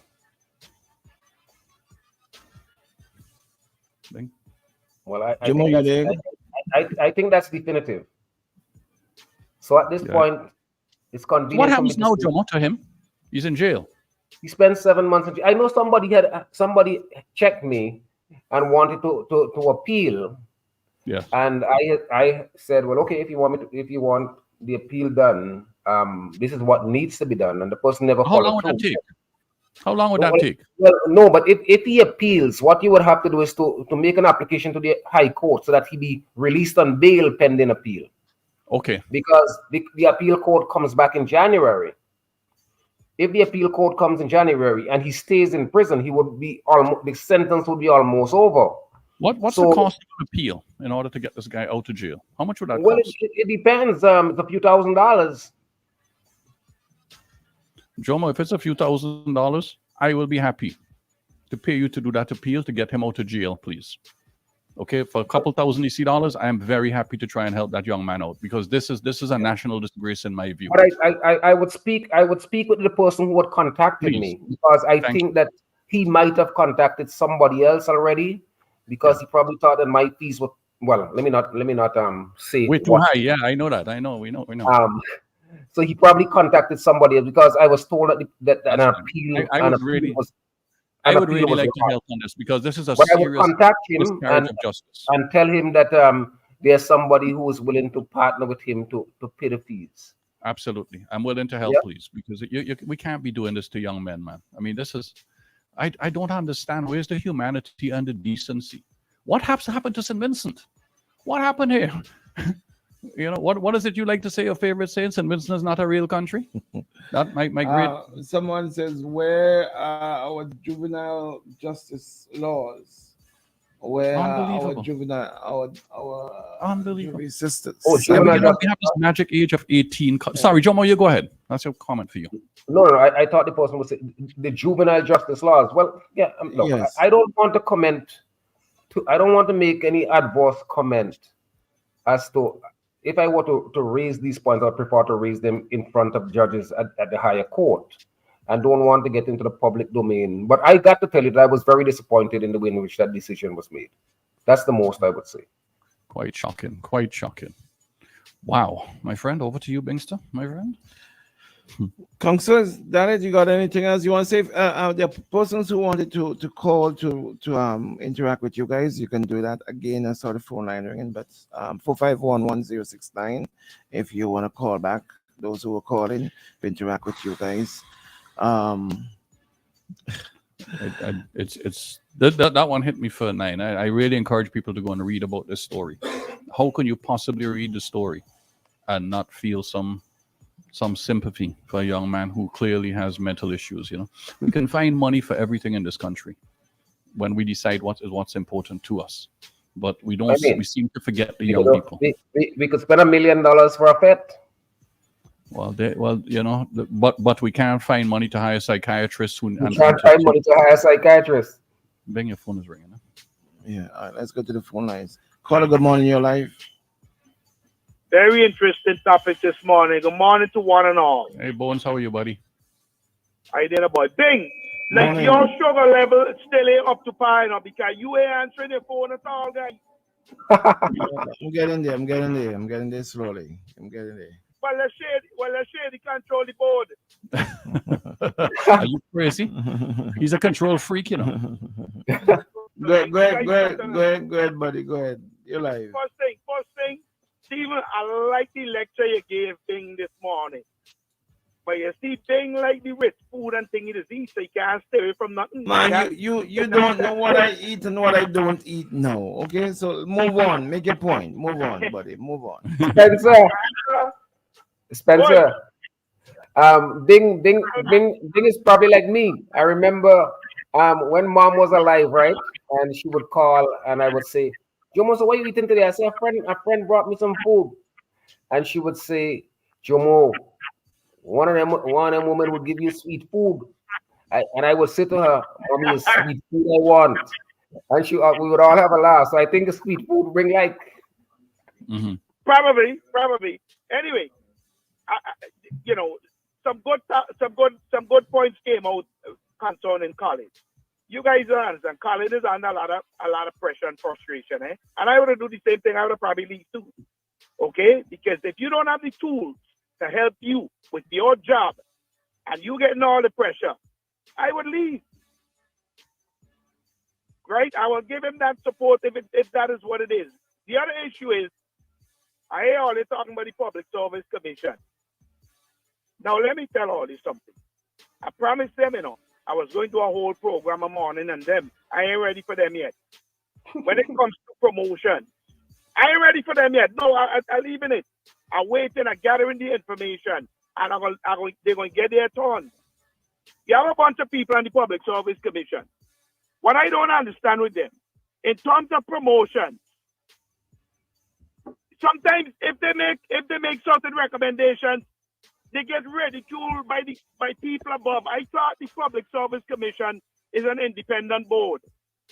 It is a constitutionally mandated board. It does not have to take any decision from anybody else. In fact, in the vaccine mandate case, if you read that decision, you remember Justice Henry saying that it was clear that they took orders from somebody else. Yeah, but you see, I leave any important information because I could give you some direct quotes based on one of the Public Service Commission persons who I had a conversation with. But I ain't ready yet. Do you know that they refused, the Public Service Commission refused to make the appropriate what do you call it? The appropriate I'm so angry I can't even find the words now. To make an appropriate decision when it comes to promotion. Based on who the persons, for instance, I have a relative. And it's not because it's my relative. You look at her qualifications. She's more qualified in custom stuff than the current controller of customs. And she is denied certain positions or promotions for years because of who her father was, because he was an NDP representative, an NDP guy. And they're holding her back because of that, not because of her qualifications and what she knows. Unbelievable. 27 years. And people who've been in there for 5 and 6 and 7 years done gone by she. How do you justify that? 3 of them in the customs got one of the qualifications that only I think it's 3 or 4 people in the Caribbean have it when it comes to dealing with customs. I tell you, I hope they're listening. When I'm ready for them, I'm gonna spread them out. This is not right. Stephen, you ate a lot of the right things this morning. What is wrong with the PM? I don't understand this guy. This guy has gone completely opposite to what he stood for. And that's why I just licked him up. I told him right to his face I was going to do stuff like this. I don't lick them up politically, but they have a whole bunch of square pegs and round holes. And like Stephen said, DPM got a lot of incompetent people around them. I don't want nothing from them. But when they make stupid decisions, which is what I told him, in front of some of his other mouthpieces and parliamentarians, when all they come on the radio or when all they do stupidness and I find out, I'm going to come on the radio and I'm going to lick all they up. I ain't ready for them yet. They do a lot of stupid things. It is the most competent of leaders and the most progressive of leaders who don't want to cultivate a culture of incompetence. You know, I mentioned this before. I mentioned it again just before I get off. There's a book called A Cabinet of Equals. And in that book, they analyzed the Lincoln presidency. And it explained how confident Lincoln was as a leader. And the fact that he was able to bring in persons, included the man who ran against him for the presidency. But the cabinet was a cabinet of outstanding individuals whom he can feed off and whom they can feed off. But if you want to have a leadership where you want to be the sole dominant person, and if the other persons are not doing the heavy lifting to be able to effectively challenge, then you have problems. And I think that's what we have in St. Vincent and the Grenadines. But gentlemen, I have to go. I have to go. So until we meet again. All right, good. Thank you. Stephen, Yes, sir. Stephen, you made an excellent point this morning, and we know it. Bing knows it. Steve, you know it. I know it. A lot of people listening to this program know it. The PM likes people around him who don't oppose what he wants. Is not what is needed, you know. Is what the PM wants. Yeah. And he got pure yes men. People who are afraid to challenge him. Bones, one of the gentlemen that I hold in great admiration in my country is my friend Bassi Alexander. And his son Colin is one of what I regard as one of my best friends, right? Not because I see him, I talk to him every day, but he's a person who I always feel. Colin is a great human being, right? Right. We seem to forget things very quickly in this country. Hopefully you will remember when Colin's daughter graduated first in nursing school in this country. You remember that? Right. Couldn't get a job in this country. Could not get a job in this country. I repeat, first place in nursing school in St. Vincent and the Grenadines and could not get a job in this country. Now a very successful post in the United States of America. How do you build a country when you're doing these kinds of things? Exactly. How does that That's work? the point. That's the point. The other day, boy, let me tell you something. I ain't ready for them here to the Public Service Commission, you know. That whole board, I don't care who sits on it. That whole board needs to be dismantled, just like some of the other boards, because when they make decisions and the parliamentarians don't like the decisions that they make, they call them and ridicule them, and they have to change their decisions. What? I'm telling you. No. Don't believe you, man. You have to be lying again. Why you think I could come on the radio and say this? I know this for a fact. Very sad. But you Very sad. People don't understand. They think I just have a loud mouth, you know. I know have that. a lot of information. I got a loud mouth, but I can back up my loud mouth. I have a lot of stuff. These, you know, it makes me angry to see what is going on in that beloved country called St. Vincent and the Grenadines, all because of politics. Everything is political. Yep, every single thing. How could you build a country? They could put up all, I don't care which government it is. They could put up all the fancy big projects. It's how the decisions they make and how it affects the average guy every day in his life. Who benefits from some of these projects? Right, the facade that government, Stephen, yep. I had a potential candidate come by my door yesterday for the Conservatives, federal. And the woman, every time they come by my door, when I hold them, they just can't leave. And I thought something confused with her. Buddy, unfortunately, we got to wrap it up because we got a paid promotional interview with Coates a couple of minutes, so we got to do that Yeah, now. no problem. Okay. But earlier on some good topics this morning. The thing is, the PT you can weigh in a little bit more. No, he's But not you know well what? today. No, I know. I only was pulling thing leg. I'm gonna bring some more coffee here, man. Don't worry. All right, my brother. Thank you very much. All right. Thank Take it you. easy.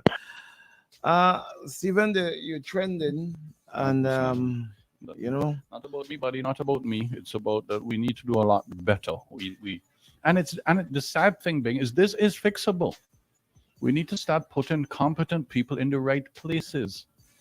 You know, I feel even more sorry for Colin now, to be honest with you. He should have resigned a couple of years ago because my boss cannot tell me who to hire and then turn around and hold me accountable for doing my job. That would be insane. Good morning. Is this Coates?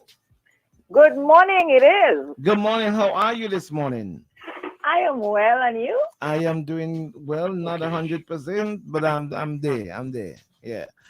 Tell us, you got some great news for us this morning. Tell us about the great news as per usual that you've got for us at Coates. Switch and ditch.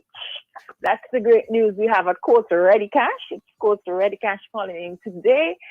And if you switch and you bring your loan to Coates Ready Cash, you get 9% or 25%, off of your interest. So we're encouraging our customers listening to come in and, switch from your current loan provider and choose Coates Ready Cash. To get that 25% off. Is there a maximum amount this loan can be or minimum? Or how does it work? That you have from your other provider, for example? Maximum loan amount? Well, no, we were not giving a maximum to date, but you can come in and see what we can get done for you. All right? And the requirements, proof of your identification, proof of your address, a recent utility bill in your name, and of course, proof of your income. So you must bring all three with you, as well as the proof that you have a loan at another institution.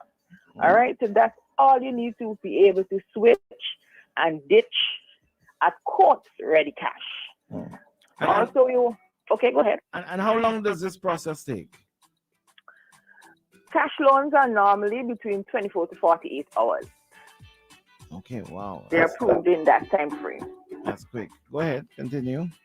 Right. And also we want the public to remember that we offer small business loans to all small business owners out there listening. You have a small business, you need some cash, come to Coates Ready Cash, okay? So you just need 2 pieces of ID. You have to be between the ages of 21 and 55. Your business must be in operation for at least 1 year. So if you're now starting up, sorry, we don't do startups as yet. But you must be in existence for at least 1 year. Your business must have a fixed location. You require a recent utility bill. And of course, you must present some form that you are doing business. So we need last 3 months proof of your sales and the last 6 months proof of your banking transactions. So you have those, you come in, and just ask for Lucetta, and I'll be happy to assist you. Lucetta, must this business be registered with SIPO or it doesn't matter? Because there are a lot of small businesses, especially in this age of the internet, small business, a lot of people doing online businesses and all of that. Must it be registered or we just come and talk to you? Just come and talk to me. Okay.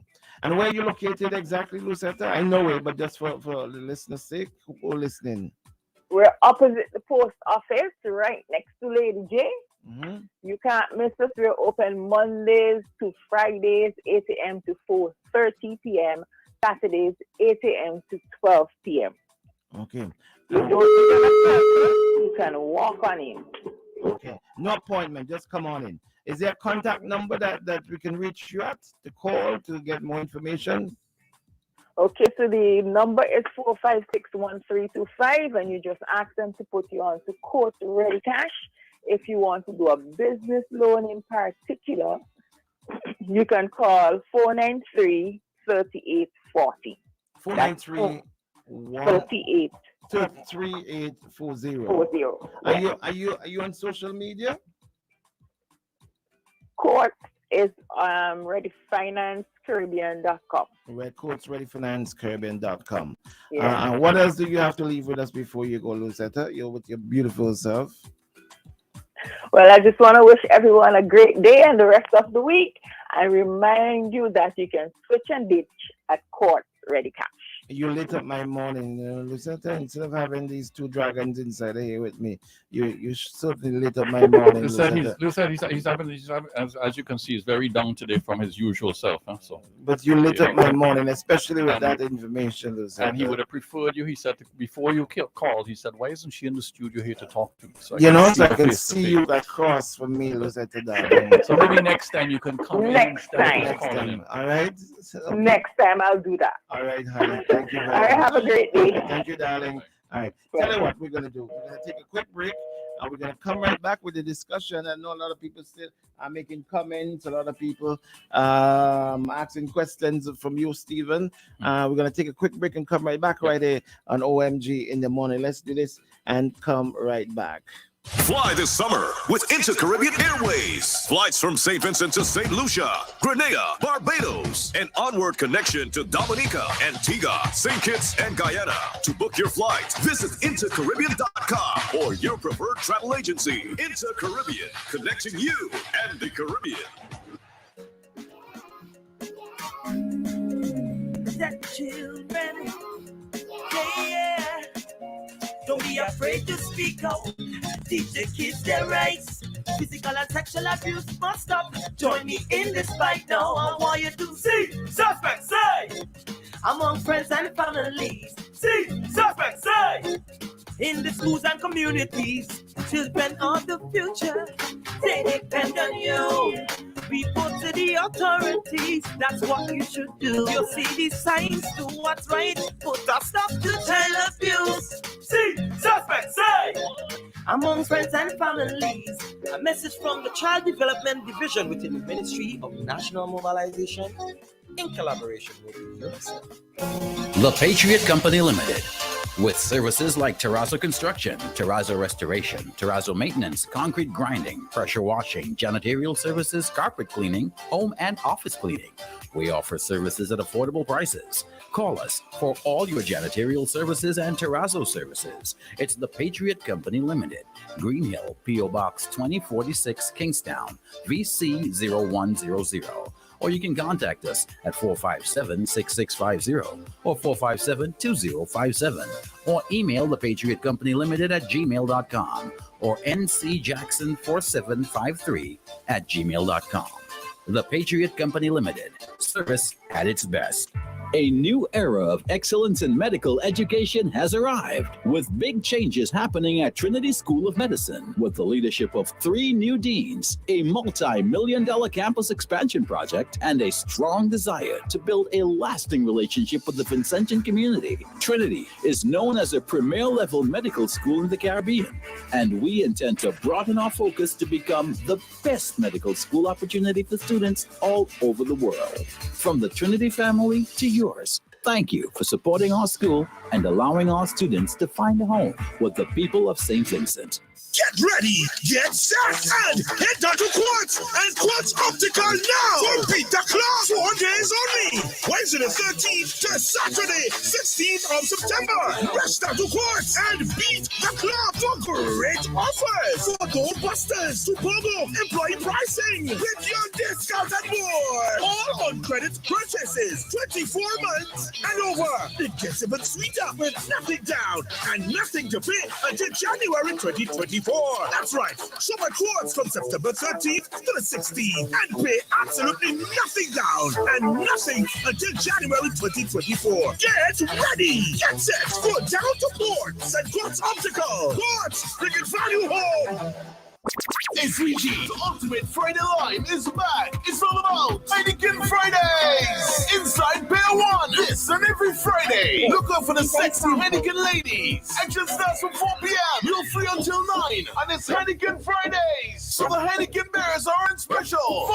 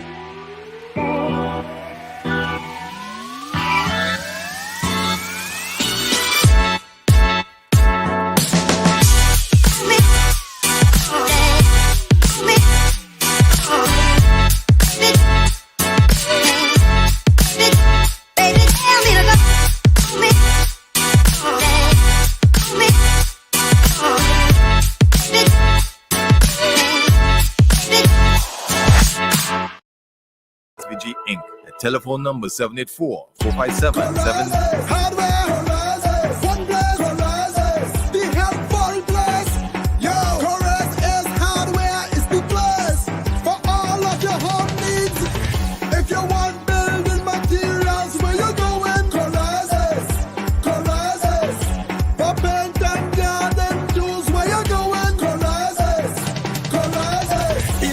Cables, find that at Corazes. We have everything for your home at Corazes. Located in Kingston, located in Annisville. Pembroke, Diamonds and Backwell. Shop at Corazes. Hardware Corazes. Helpful Place Corazes. Fun Place Corazes. Corazes. Paladin SVG Inc. alarm solution is second to none. We offer intrusion alarm systems, security radar, active infrared beams, and emergency alarm systems. Get perimeter protection for your premises. Active infrared beams protect large areas. Our radar video linkage solution sends data to PTZ cameras for active target tracking, so you can take immediate action. Intrusion alarm systems offer reliable protection and records video the moment the alarm is triggered and sends footage to users via email or the app. Intelligent alarm systems mean you can control your home from anywhere in the world. Find out more at Paladin SVG Inc. at telephone number 784-457-7241.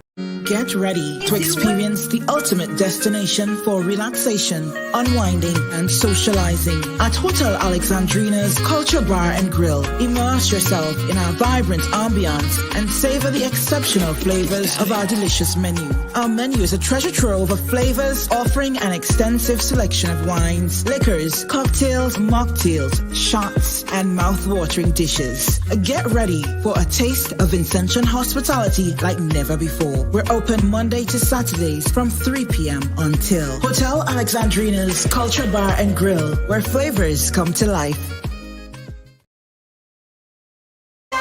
Flow is keeping you connected. On OMG in the morning with the real Batman Big and DJ Shady.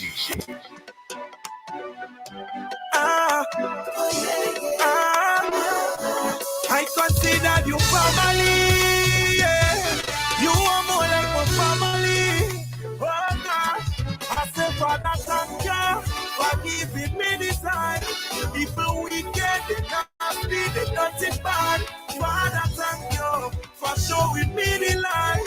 Humans wicked, they nasty, they dirty bad. So tell them me the finger, tell a hater, and all who hate me thank you, and who don't like me that's you. Me the finger, tell a hater, and all who hate me bless you, and who don't like me that's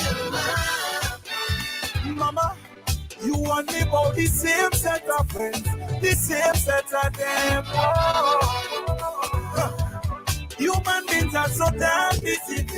Watch them, they want you to do good, but never better than them. They will pretend like they're happy, but they not go clap when you win, boy. Yeah.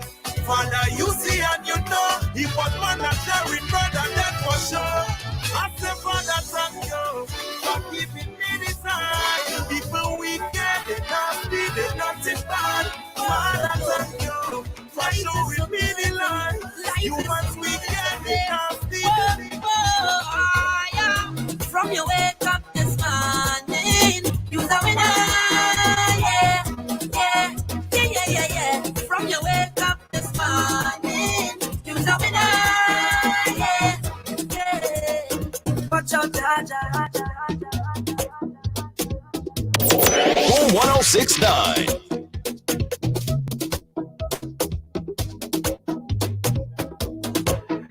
Before the callers come back in, I know you guys waiting to hear from him. Let me let you know that Woodsies, my boy Woodsies, yeah, in New York City, he's celebrating his birthday. You be there? Yeah, that's true. We'll be there in October. Yeah, and he's having his big birthday bash. How old is he? Man, he like 70 something, Oh, he's 80 something. ancient. Yeah, ancient. He's an ancient warrior. Him is back broad.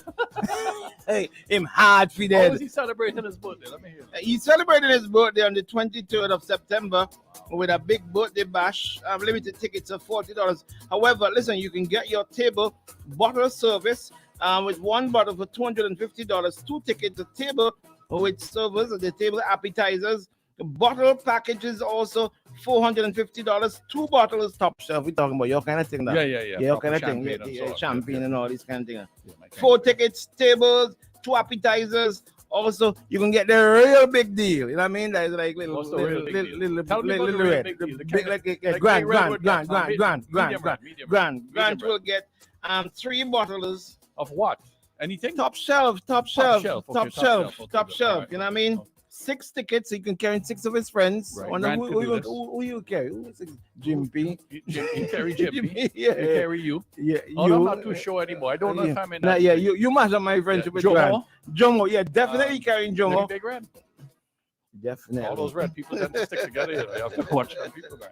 Yeah, and 3 appetizers. That's for Woodsy's big birthday bash that's coming up on the 23rd of this month. Look out for it. Remember, Woodsy's is located at 1133 Claxton Avenue. Check them out. Hey, SVG Tires. 1133 Claxton Avenue. Yeah. Clax in Brooklyn, New York City. Really nice place. Really nice place. If I get the opportunity when I Yeah, pass by, you gotta go and check it out. Woodsy, look out for him, man. No problem. And only bring out the top shelf thing Yeah, when it top comes. shelf. Top shelf Top only. shelf only. Yeah. 17 going? Sorry? 17 going? No. He ain't carrying 17. I have to work. Why is he laughing? Why is he know something? He knows something. What is he laughing? What are we talking about? What are we talking about? You don't worry about that. What are you laughing for? I know my He doesn't he laugh. He knows something. He knows something. I feel Grant tell you something. Yeah. Hey, listen, our boy Shallow, you know Shallow? Yes, I know. Yeah, tire shop. Shop, Yeah, Tire Man. yeah. SVG Tires. They have a special going down on tires. Buy a regular set of tires and get the 4th one free. Buy 3 get 1 free. Yeah, Or buy the 4 four and get 1 free. Okay. That's How a many good you deal. buying? Do you know? Man, you just buy tires, you Just buy get tires, you just okay. get 1 free. You know what I mean? Buy a set. Okay. Yeah, get 1 free. All right. They're located in Kingston and Paul's Avenue, downstairs SVG. Next to us. Not Next far to us. from where we are. Yeah. Right. By Fly, your boy Fly. My He friend did still play squash. Fry can't even walk. He's like you. Look at He's like him. me. He's a Yeah. photo waste of space. Yeah. He's too busy counting all his money. Yeah. But Shal is a good guy. Shal is a nice guy. Always smiling. Yeah, much better than Fry. Much better. Much better. Shal is a decent man. A good comrade. Shal is a comrade. real, He's a comrade. No. Shal is a good guy. A really is he nice a brother guy. or a comrade? He's a brotherly comrade. He's a brotherly. Yeah, Shalom morning, buddy. You can contact them in Kingston at 457-1467 or in Annisville. There's a location in You Annisville. always do that. You rush through the phone numbers. Nobody could hear it. Please repeat the phone number. 457-1467. Thanks very That's much. in Kingston. Or in Annisville, 456-6444. You're a numbers man. You're supposed to remember that. He's got an outlet in Annisville. Where in Annisville? Downstairs by the medical school. Is it St. James? Oh, right. Now I know. Yeah. Yeah. Of Of the KFC. Yes. I think that's Yeah. Now I know. Now I know. Yeah. I didn't realize that was him. Yeah, that's him. So check him out. Yeah, check him out. Yeah. All right. The phone line's going. You ready to talk to the Let's cutlers? go, let's hit Let's go. Good morning. Your life. Good morning, brother Bing. Morning, my brother. Good morning. I know let who me- you want to talk to, so go ahead, talk to him. I want to be cutlass, but I just want to disagree with. Well, sorry for calling you. I mean, you're making me call him that name, and I don't like it. Thank you, Forgive me, Hamo. my brother. My name is Yeah, Stephen or Little Red. Yeah, well, I just want to just ask you just 3 questions and come up, Sure. right? So I told you, no, you all you have to put, worry today, how do we shot? I just want to say to you that I heard you spoke about the diagnostic center being modern. And you said it being around for really and truly the modern. I mean, you know better that the modern really denotes that the age is the very system of having modern medicine, modern technology. That is what it means. That's my understanding. Right. So it's whether it's because it's old and they can modernize it without money, And then there's another thing again with Mr. Colin John. I read in a document from that he's going on early retirement. Oh. And I wonder, Where did you get that document from? I think Searchlight was saying it, Okay. But I am only saying that, whether it is retirement or whether it is resignation, that this Hammy been calling for his resignation, but turn back and come cry tears on this very decision to say, that it is unfair what we've been hearing about him. And I said, I know the man, I've done a lot of research on him. He has been given a lot of awards from regional bodies and so on. So Mr. Colin John is no joke or no just come. He is more qualified, more dedicated to his work than Ralph Gonsalves. And the problem is really and truly is that Mr. Charles, Commissioner Charles and Miller went through the same harassment. And I'm saying we get it right so the public can understand. Colin John is not the problem. Colin John came into a situation who's the where problem? Who's the problem? The problem is a dictatorship that runs. I work at Jesco. I could tell you what happened with the So Jesco is the problem? Jesco is the problem? Well, at Jesco, the board members, Joel Providence, Donald Thomas, Cultureman, they didn't have a say. Straker, even when he was the minister, when Julian Frank, they didn't have a say. And I'm only saying, hey, it is time that we come on radio.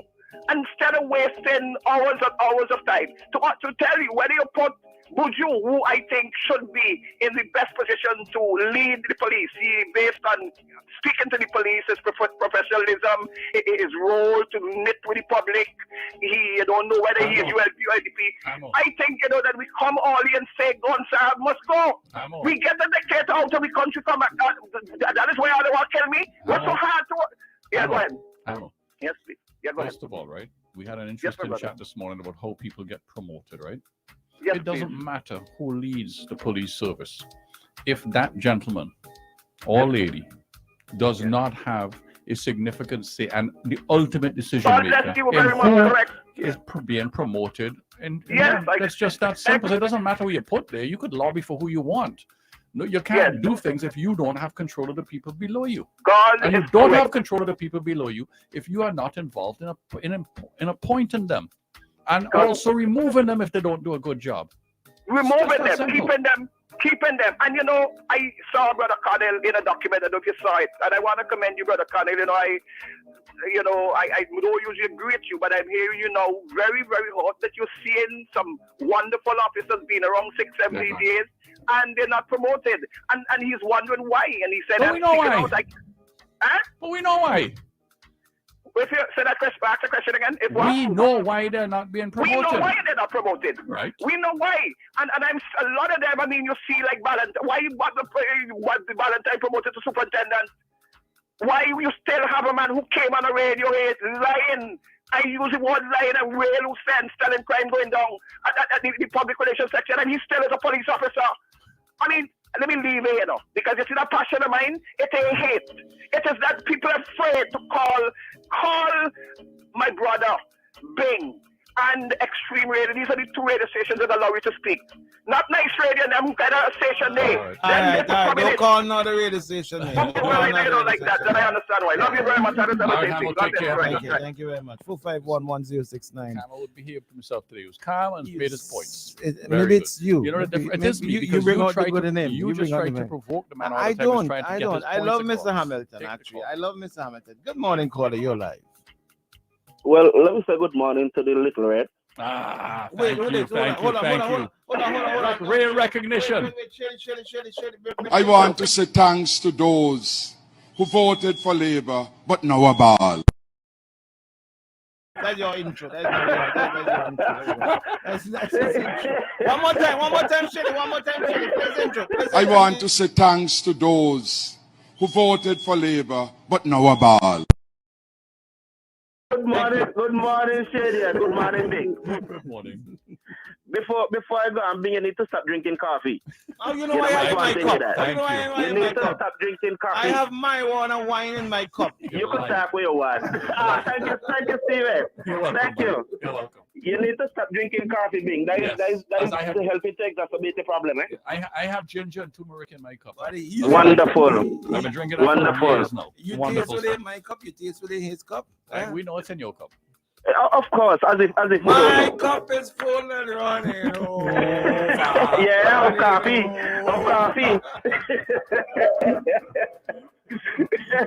Listen, Ding, you know what I don't like these days? Guess what I don't like these days? No matter how I listen to Steve, you know, I had like this morning, I can't even get nothing to fight up with the man with. I can't understand how this man just come here like you don't want me and he fight and them kind of things. But Kenson, hold on a second. When I was talking about the NDP and the leadership and what's going on, but you didn't listen to me after. Was I right or was I wrong? Let me repeat what I said. Yes, please. I said what was given to whom it was given to. Let them take it and tailor it to themselves. And that's as far as I'll go with that. And you didn't make me spit out in my water. Yes, my friend. Go ahead. Yes. So the thing is, Stephen, I saw you were, and well, let me say kudos first on that offer that you made. I really have to give you kudos for that. You know, because not many people will put themselves out there. Yeah. It's very sad, isn't it? Really have to give you kudos for that. And I am the one who put in the comments there to ask, where is our juvenile justice law? Yeah. Where is it? But it's no matter if you have laws and you don't have facilities and procedures and processes to put That is why I asked the other part. Where are the juvie centers? Where are the juvie centers? Not enforced in this country. Now you're getting to why I asked the question. You get to why I asked the question. Because we have an occupational health and safety law that is not being enforced either. Thank you, sir. Where are they? That is exactly why I asked the question this morning. Enforcement of these laws. Yep. We saw the same thing with the marijuana legislation, where they say people will not be going to jail for a certain amount of marijuana. They'll be given a ticket. I want you to show me the first person to get a ticket. Yeah.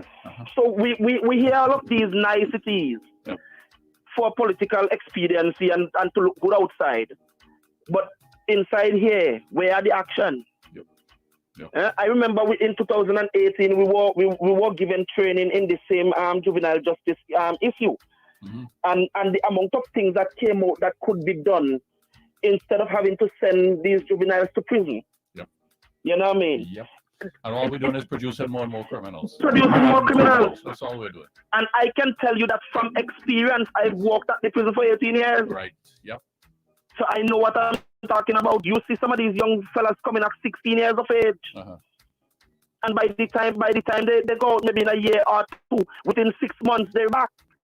Yep. Okay. Yep. And you don't even have to wonder why.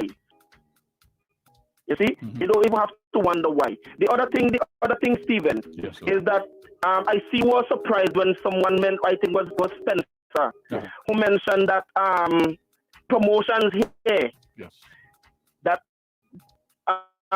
lists are sent back. Well, let me say no here. My name is Kensa King. Yes, sir. And what I say here is fact, and I want the Prime Minister, anybody to challenge me on what I'm going to say here. Okay. Kensa King, my name. So then I have to wonder what are. I can tell you that when it comes to promotion in the civil service, every single promotion has the hand of either the Prime Minister or some minister or government inside it. And it's all about party. I can tell you, especially in the prison, the last 2 sets of promotion, well, 3 sets. Brother, lists have gone over from the head of department over there, right, and sent back and say, watch ya, take off such and such, I want to see such and such on the me not like Who was this list. taking off the names off the list? When it goes over to the Ministry of Security, the Minister of Security will tell them me not like that list here. So the Minister of Security Yes. is making the decisions about who gets Yes. promoted in the And Yes. how do you know that? How do you know Because it was said by persons in authority in the prison. Let me tell you, one time we had a meeting, staff meeting. At that time, SP Andrews, yeah, he's retired now. In a meeting, he get angry and he said, what am I done with sending anything pertaining to promotions over there? So you're going on second-hand information. Second-hand information. This is the top brass. This is the top brass, the same people them who sending over the names of them. Yeah? Let me go further. When it comes to training, I have been pushed out of training on many occasions, trainings to go overseas and so forth. Yeah? The superintendent, past superintendent Charles, the last thing he did, you know what the last thing he did? He took the list himself and carried it over there. And he was still told to take my name off. You hear me? Why was your name Huh? removed? Why was your name removed? Did he feel, did the person who made that decision feel you were incompetent and couldn't do the work? No, Stephen. Or how would they make It's all that about decision? it's all about politics. It's all about politics. It's all You about can't be doing politics. that. You can't build a country like that. You cannot build a country, particularly a small country like this, by deciding that you are not going to promote anybody because of their political views or who they voted for. When You know do what we is ever sad? get to merit instead of loyalty? When do we ever But- get to competence? But you By made the way, but when you you're made the party, point when you think this it will be morning. any different? Well, Oh, Stephen, wow. all we can say is let us see. Okay. I can't say Fair let enough. us see. It's a fair answer, my friend. That's a very So fair answer.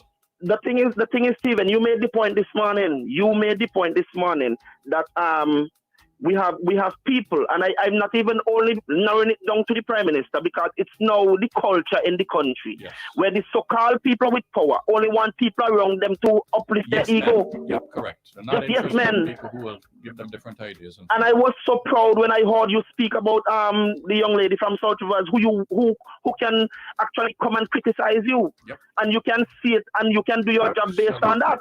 I make better decisions because people tell me different things and I listen. Exactly. You make better decisions. Because if you're in an echo chamber, how can you know when you're right or when you're wrong? Yep, correct.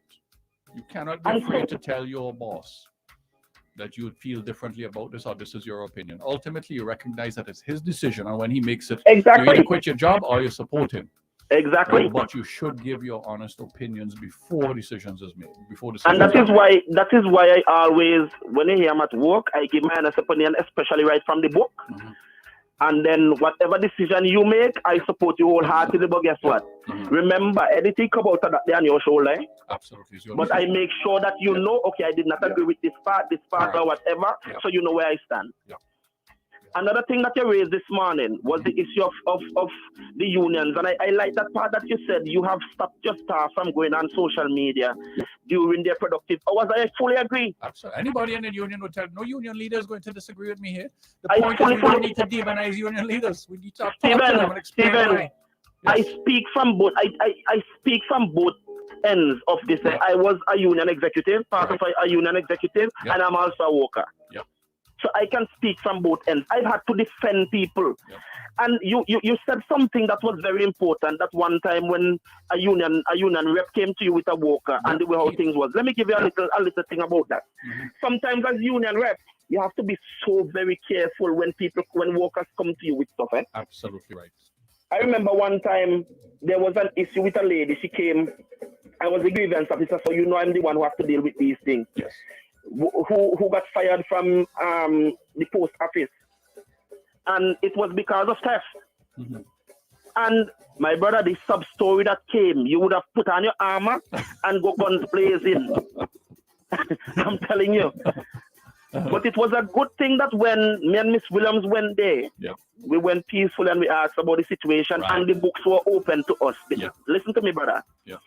If I had gone guns blazing, I would have just a crate of egg would have been enough to knock away the bullet. You see what I'm telling you? Yeah. But that's And I my have point. to- Is you have to be able to have. I have to believe that most people are reasonable human beings, and you can have conversations with people. Of Then you course. can disagree. You know, But you don't hold grudges against people because you disagree with them or because you made a different decision. As I like to say, there's facts and there's own opinion. So, well, here's the thing. I will disagree with you on the legislation yes, and the facts. Yeah. That's where my argument with you will be. Yeah. So when I come, I don't just simply come because, okay, this is what I feel. I come with what the legislation say. Right. Yeah. And the other thing, that issue of promotion again, we see where so often here, well, it has become the norm that corruption is what is awarded in St. Vincent. Yeah, Kenson, I really want to tell everybody again, please go on Eyewitness News. Please read the article where Grant Connell is quoted extensively. Grant knows these people. He knows their backgrounds. That's what he's lived in for the past at least 20 years. Right? He knows these people. He knows them inside out. He knows the good and the bad. And when Grant gets that irate and upset, which he clearly was, and I happen to know personally because, I mean, we have 20-minute WhatsApp messages from him cussing, right? Right. So we know he's really upset about this, you know, and the kind of people we're promoting. We just saw the video early on about policemen beating up a youngster. Well, I was going to get to that, you know, because here's the thing. And I was charged by the system that was supposed to defend me, you know. I was charged criminally. Criminally. Note the word criminally. Yeah. When the system was supposed to be defending me because I was on duty when my issue took place. I was sent home. It took 2 years plus before that case could have been heard properly. And still, if it was left to the state machinery, to the DPP's office, this matter would have still been going on.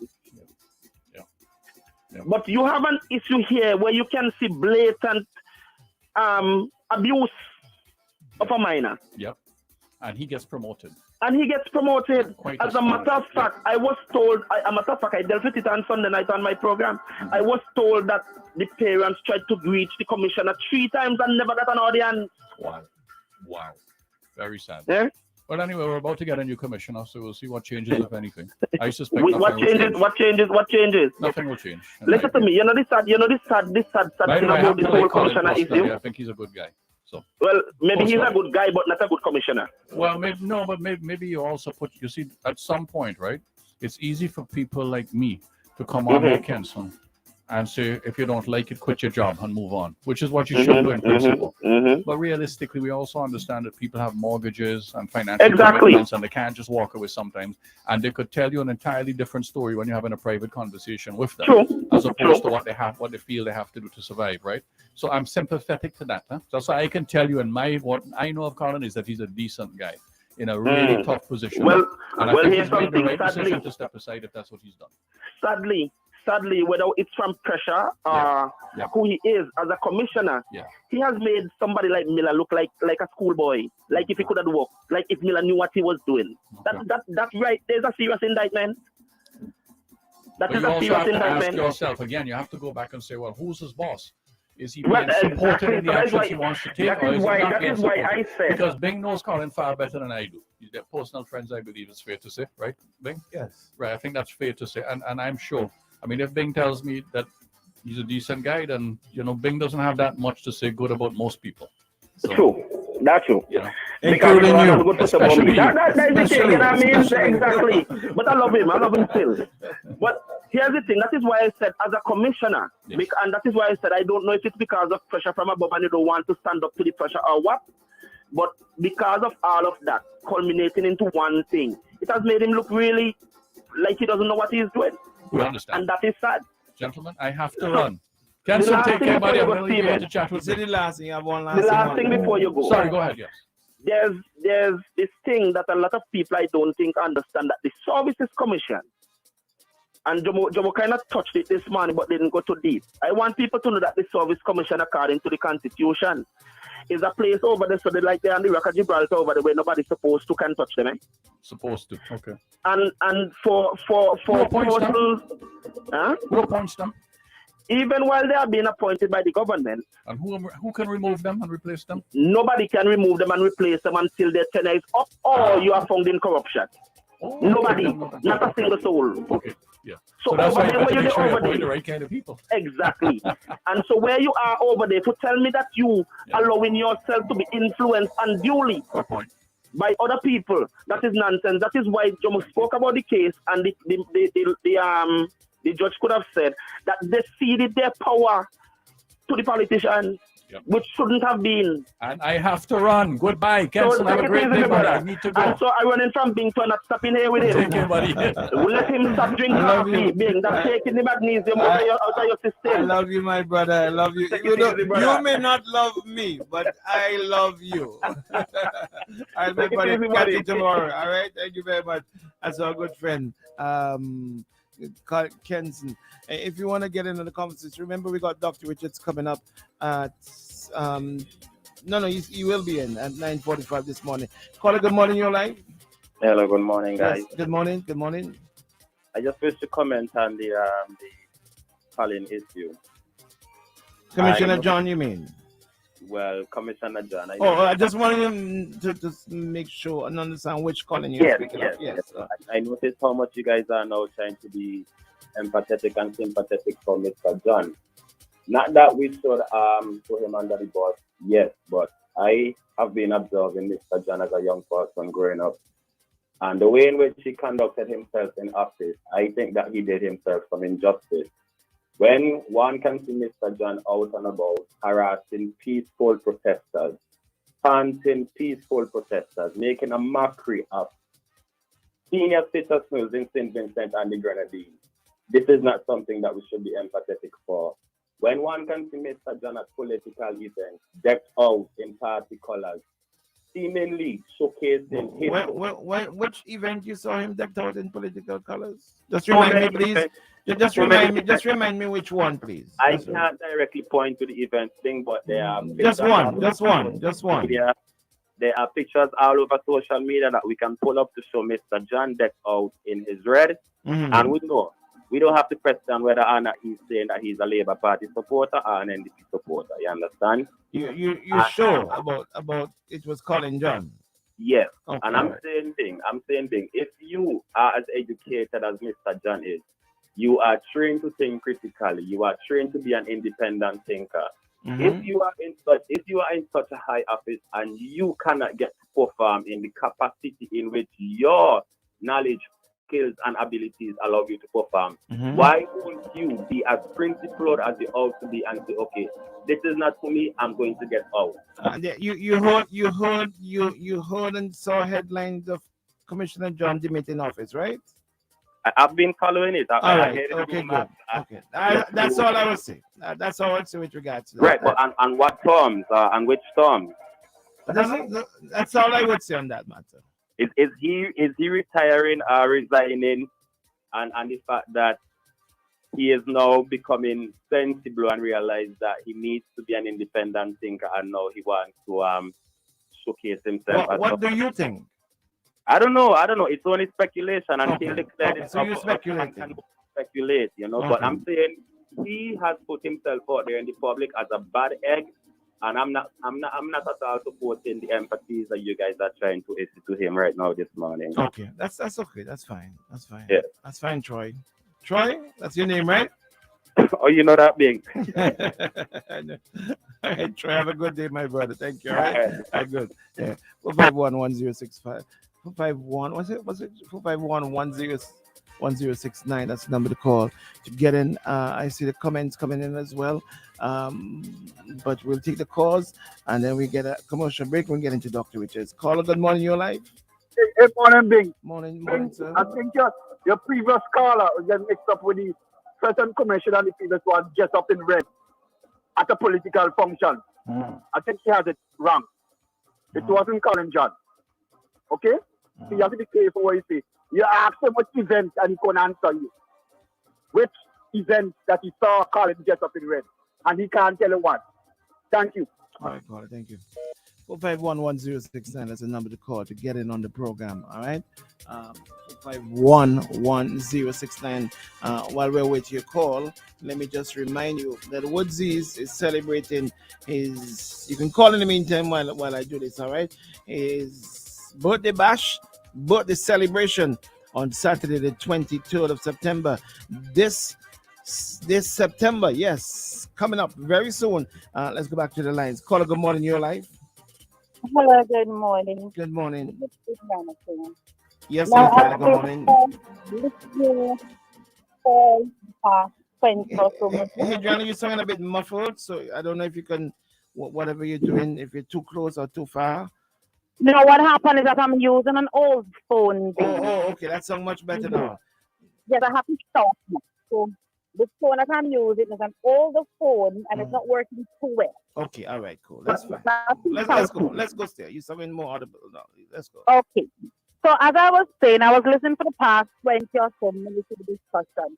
And I love the fact that you all are highlighting the issue of mental health.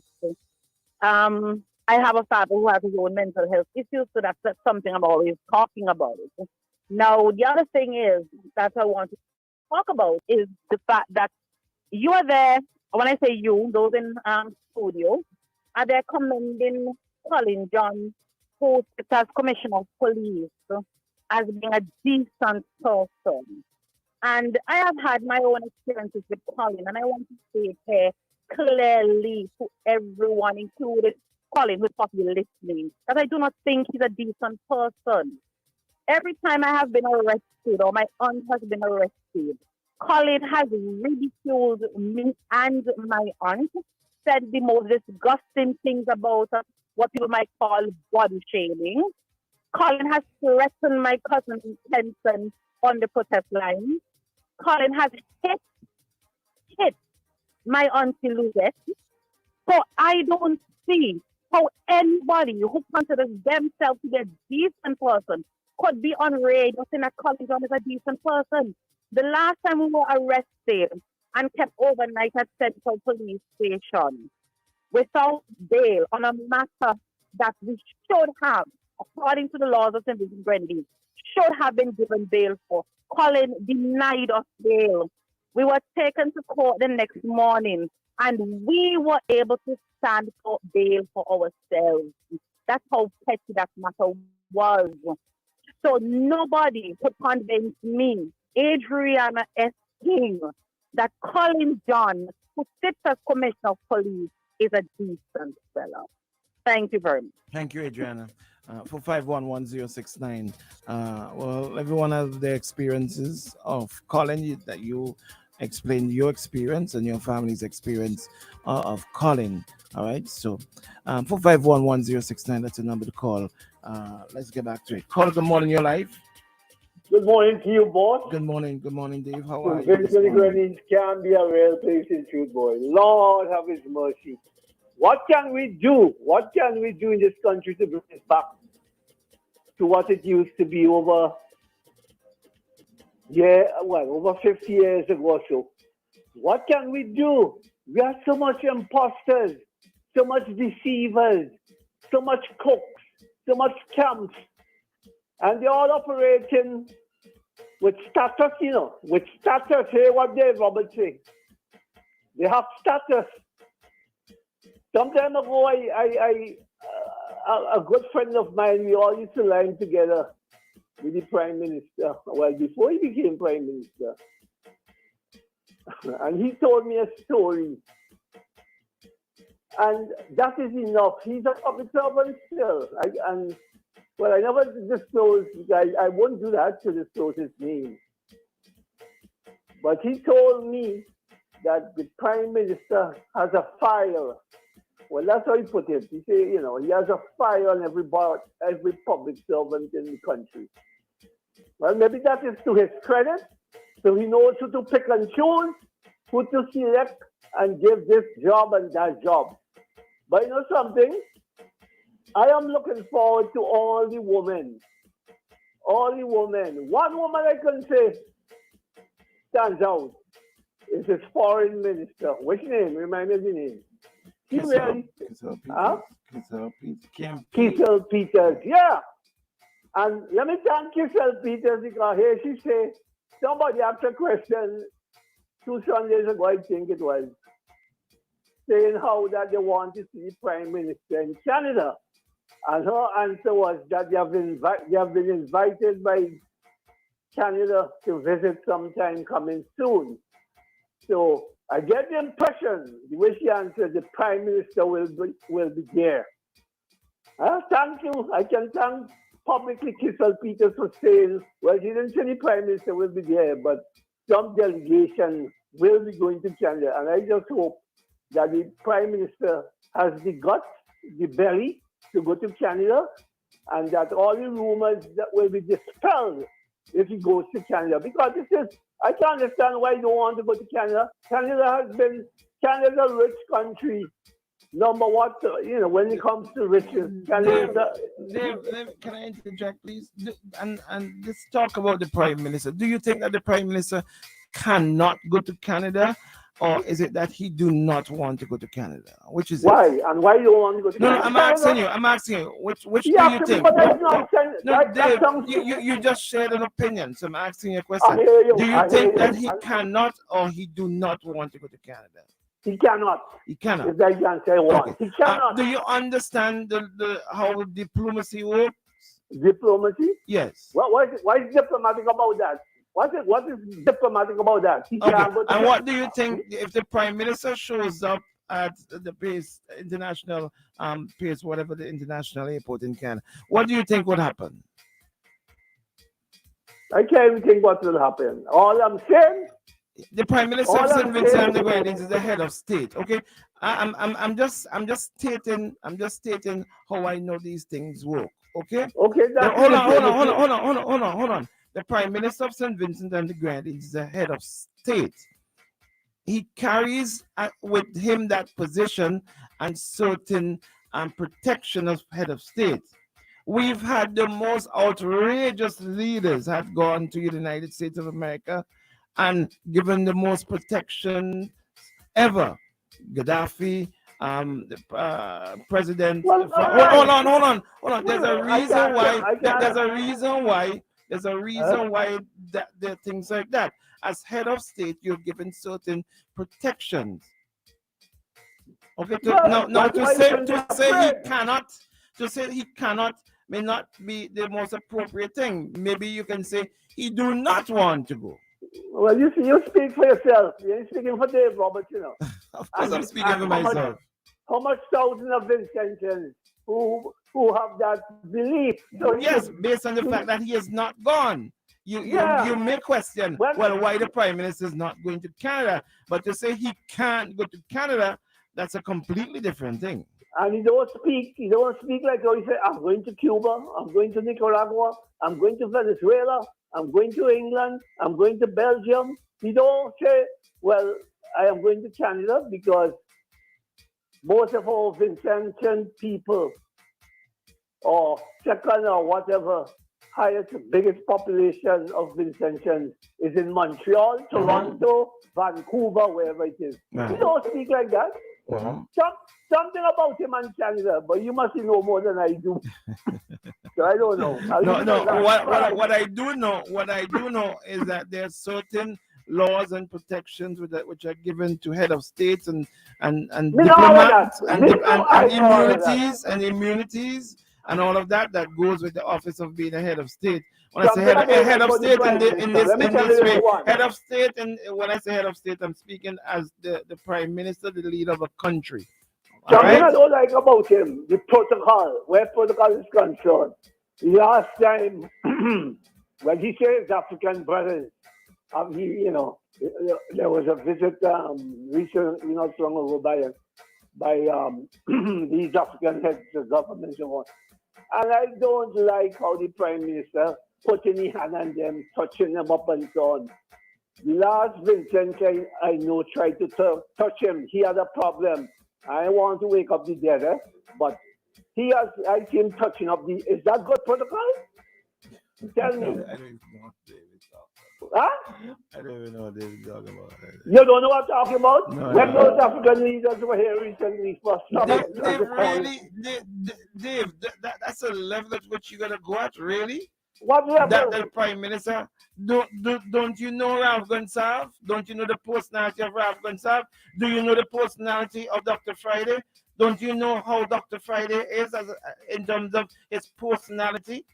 Don't you know that that's Prime Minister Gonsalves' personality? He touch, he hugs, he this, he that, and all this kind of thing. So I think he has a right to hug. Well, thank God Queen Elizabeth ain't there anymore. I know there was a big talk when Mitchell, former Prime Minister, your father, and let me put it straight, hold on to the Queen when she visited her. And that's the only person you saw ever shook the Queen hand? Yes. Dave, thank you very much, my brother. Thank you very much. Thank you. I love you, my brother. Thank you very much. Okay. I mean, come on, Dave. Dave, come on. Dave, come on. We in the age. Come on, Dave. Come on. You don't see anybody shaking the king hand? You've not seen anybody else shook the queen hand? The queen's hand? Well, okay, because the queen is dead. Have you not seen anyone shook the queen hand? Oh, all right, buddy. Thank you. Thank you, my brother. Why are you an apologist? Are you an apologist? I'm not an apologist. I'm a realist. All right, you must talk real. All right, buddy. All right. Thank you, buddy. Thank you. This thing about the Prime Minister cannot go to Canada. I mean, have we really thought about this? Or that he do not want to go to Canada? Why not say that? You know? I mean, Gaddafi gone to America. Fidel Castro went to America. Chavez went to America. And they have to be given the highest of security when they go. I mean, come on. We gotta be more, you're the final call at this time, okay? Because we gotta take a break and then we gotta get into Dr. Richards. Good morning, caller, you're live. It was me that asked Peter the question, the question about Canada this Sunday. Mm-hmm. I didn't hear that question. You wouldn't? Yeah, because he comes up I guess next week he's gonna be up here for the UN meeting, and it takes less than 1 hour to go from JFK to Pearson's Airport. Why he can't go up? He have meetings this Saturday night. Why he can't fly over this Sunday morning and have a meeting this Sunday evening? True. Why he can't do that? Less than an hour flight. Yeah, but don't say he can't do it. Eh? I'm not going to say he can't. I'm not going to say he can't. Noel did say that he probably don't want to go because he think they might embarrass him over there. That's what Noel said. So I don't know. Maybe they might have to. Who Noel? Noel J. Or Noel Jackson? No, I call his last name. Noel Jackson? Yeah, maybe that is it. Maybe that's it. Yeah. Maybe you don't want to deal with the whatever, I mean. Embarrassment. But to say that he can't go and all of that. In Brooklyn too, but I guess it's a small demonstration, so I guess, I don't know. But I don't know. I would love to see him go there because he go all over the wall except there. It's ridiculous. It is true that he's not being. It is strange that the optics that's being sent by him not going to Canada is a bad optics. But to say that he can't go, I mean, and it would leave you to speculate, And all the journalists, including you, none of them never asked him that when he's on their program. I know they're not going to ask him that. You know that I've never asked him that.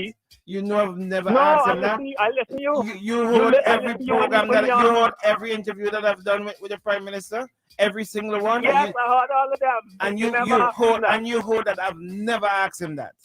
You never asked him that. You heard that I've never asked him that. You never asked him that. Right, I understand Star and NBC. I understand they can't ask him that because if they ask him that, they got this next morning. They'll find a different position for them. They won't be on the air. Well, the fact that you said that you know for a fact that I've never asked the Prime Minister that is an interview. You never asked. Don't. I'm telling you, I have. I am telling you that I have. I am telling you, I have. All right, pull that tape. Pull the tape and play it back. Huh? You should have a tape of it. Pull it. All right. Thank you. All right. Thank you, my brother. You have a good day, my brother. Thank you. All right, we're going to have to take a break. We can't take any more calls at this time, all right? We're going to take a quick break. Come right back. We've got Dr. Richards coming up, right? So don't you move. Please don't you move. I'm Dream. Not me. Isn't it good to know that no matter where you are, you're covered by a company owned by Vincentians that understands your unique insurance needs? At Metrosint General Insurance Company, we've invested 50 years of service to guarantee that you have the peace of mind that you deserve. When it comes to motor vehicle, property, employer's liability, business insurance, and much more, we've got you covered. Our professional and friendly staff understands your needs and ensures you understand your options. Metrosint General Insurance Company.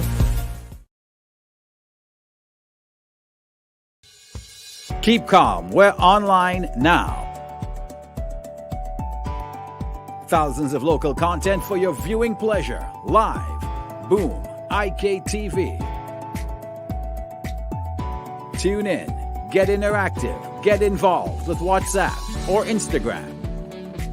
Interact Live. Party. Always wanted a motorcycle, but they've been too expensive. I pass in on my way to work, and then boom, I see courts of motorcycles outside. I'm excited. I get up one day, I go down, I spoke to this guy. I think his name was Sheena, this short, chubby little guy, you know. I purchased 2 bikes so far. It was the 150 SL and the 250 Dragon. This blue, beautiful AKT TT Dragon. This is my baby. I call her Becky. She gives me the best ride ever. My name is Storyboy Nick, and I live to ride my AKT.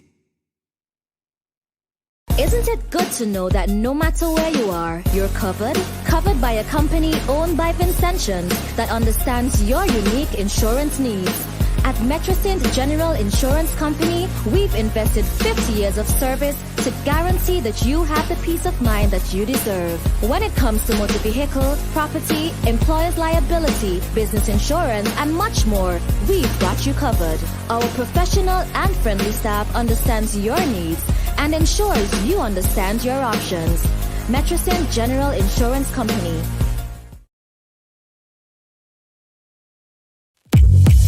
Your vision is our mission at Kurtz Optical. Shop today for up to 25% off. And with Ready Finance, pay nothing for 30 days. Book your free eye examination appointment online at www.kurtzoptical.com. Your vision is our mission. Up to 25% off your completed eyewear. Only at Kurtz Optical. Value you can see. Conditions apply. See in-store for details. Keep calm. We're online now. Thousands of local content for your viewing pleasure. Live. Boom. IKTV. Tune in. Get interactive. Get involved with WhatsApp or Instagram. Interact Live. Party from home. Subscribe, follow, send us your voice notes. Check us out on Instagram, Facebook, WhatsApp, or call us live in studio. Be where the world is going. Stay home and connect online. Boom 1069, IKTV. Join the evolution. It's all about you. Connect now.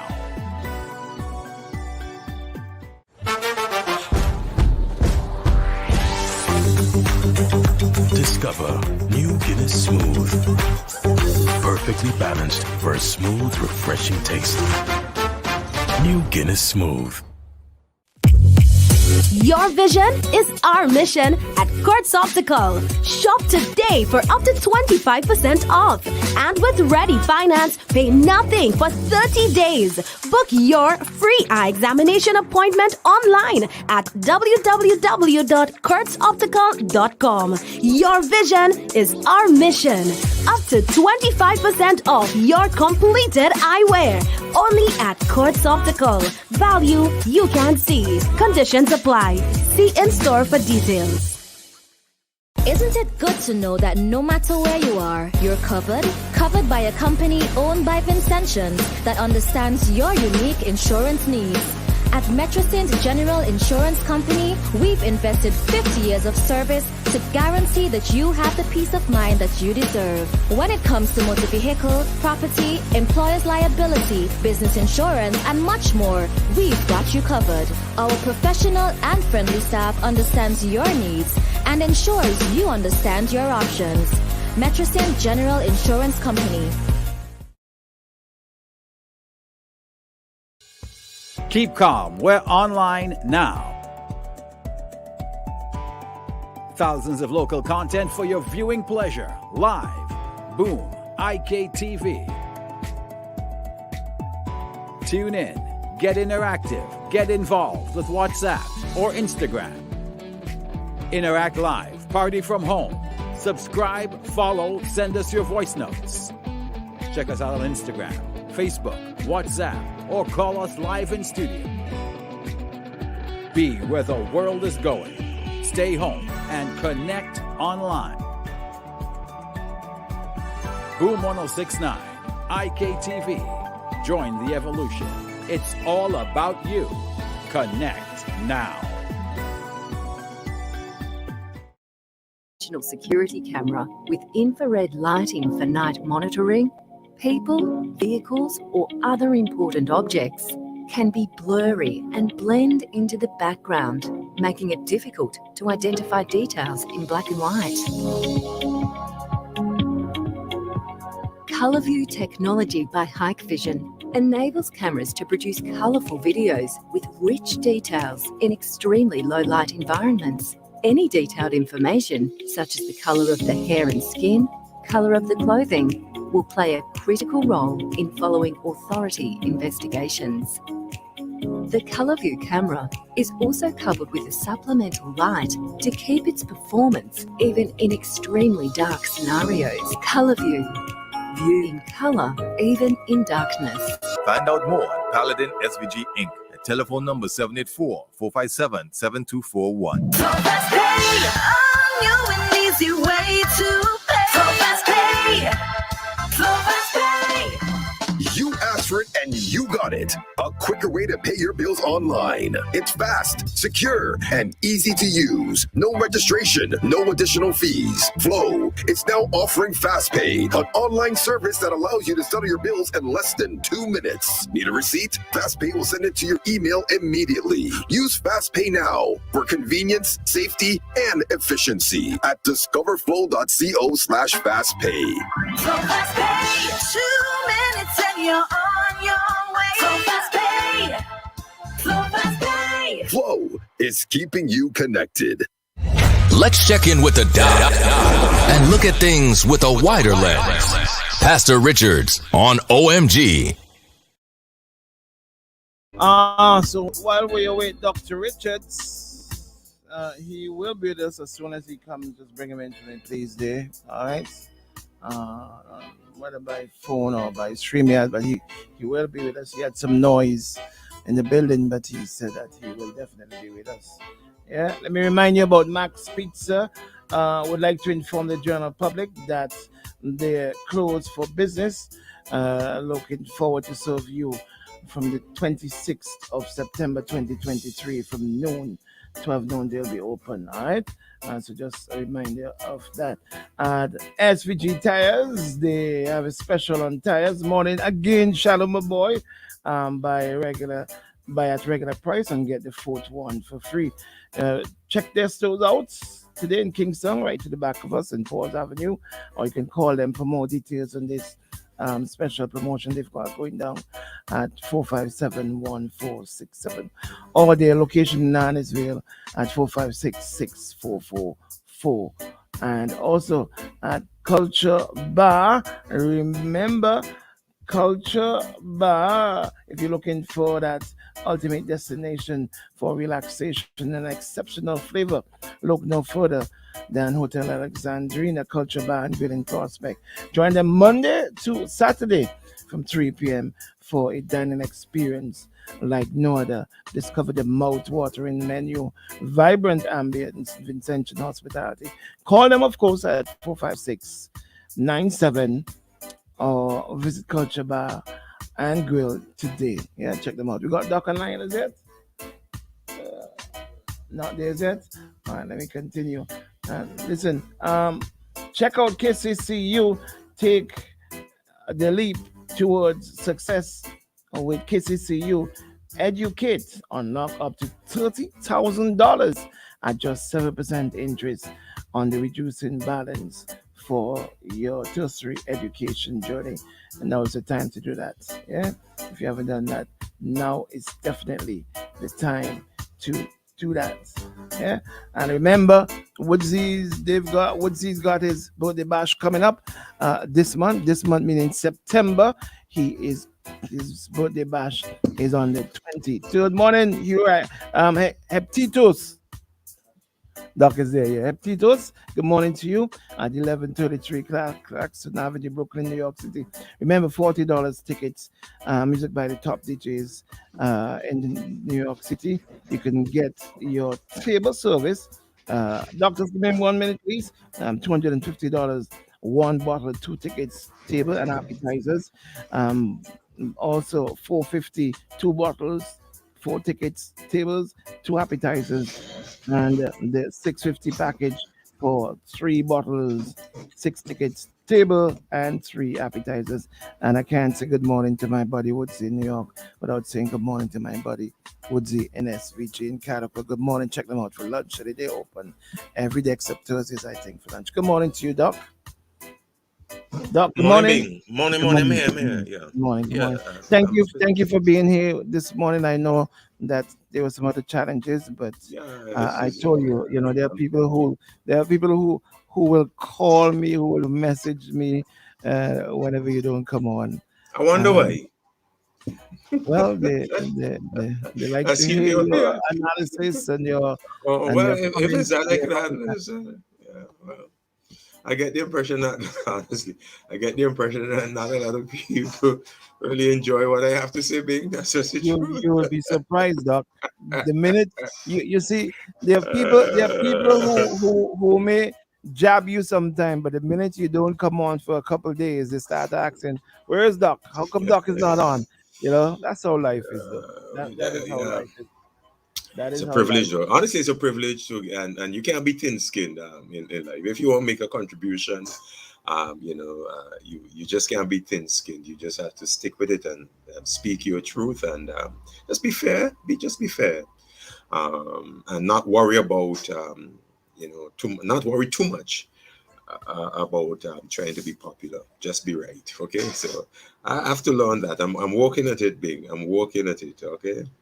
But I don't want to talk about this. I just want to mention something that Stephen said. Now, Stephen is in many ways, I consider, I messaged him the other day, well, yeah, you firing in some cylinders there with some sharp thoughts, right? So I told him that. But then he said something this morning and I didn't get any kind of feedback. I listened for a while and I did not hear, maybe somebody picked up on it.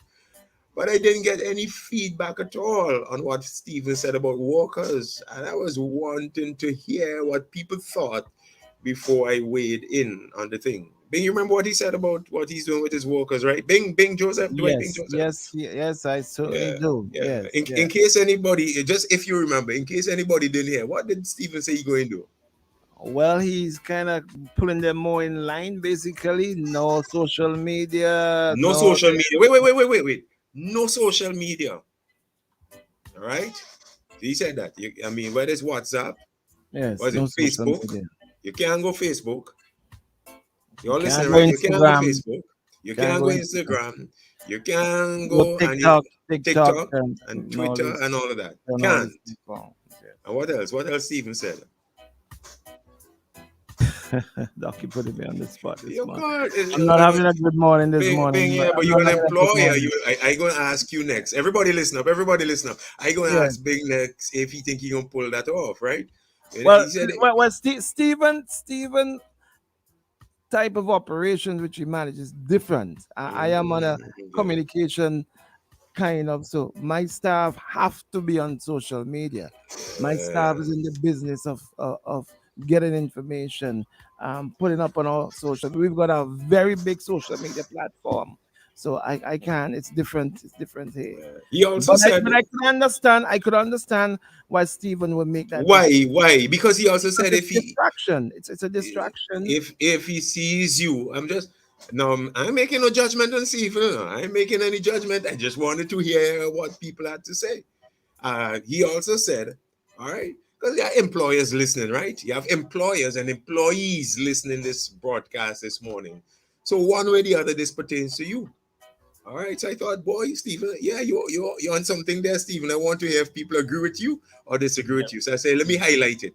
All right, and maybe they would message in right now and say how they feel What about do it. you think, though, Doc? Wait, no, man. Why is it important? Why is it important what I think? I want to hear what employees think, and I want to hear what employers think. He said something about this kind of stuff. Well, not many people have this old time stuff here in their ear. They have little Bluetooth like you, Bing. They have that little Bluetooth thing that they put in the air. So what he said about that? Remind the people. None of Bing, that. None of that. none of- You can't have these things in your ear and all and this. if he sees you yes, you with send you them home. in your ear, what's going on? What's going to happen if he sees you with them in your ear? You send it. Doc, you reminded me like how I was in your class back then. Would you stop doing that? I'm no longer in your class. Both were you? Please. I can't use Blue Thunder, nothing, right? You're going back to your teacher kind of. I'm forcing you to interact with me, Bing. Too often I go on this If he spiel, sees this you, long he's spiel. gonna cap you, send you home. Go to gosh. the labor department if you want. He said he said that the person up there at Labor Department, which I agree with him, is a very shrewd person. So don't think you will get any sympathy from the person at Labor Department. If you get fired or sent home or put on leave because you have earplugs or Bluetooth earpieces in your ear, you go to work and you are working. You will go to work. Listen, people, you are working. You are working. And maybe there's certain specifics with respect to his dynamics. Don't get me wrong. That's why I tell people, listen, don't get me wrong. Maybe in his specific space, that must obtain.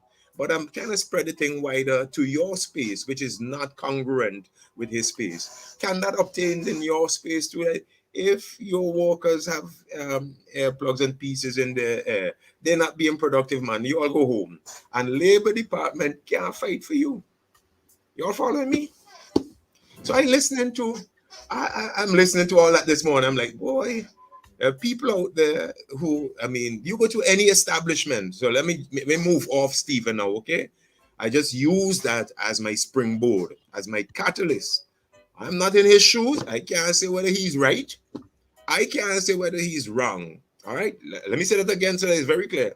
I don't know the dynamics and the requirements of workers in his environment that precludes and prevent people from spending a little time during the day on messages and checking on your children from WhatsApp. And I don't know. I don't know what the demands are in his situation, that can't be done. But if he says it can't be done, it can't be done. He knows.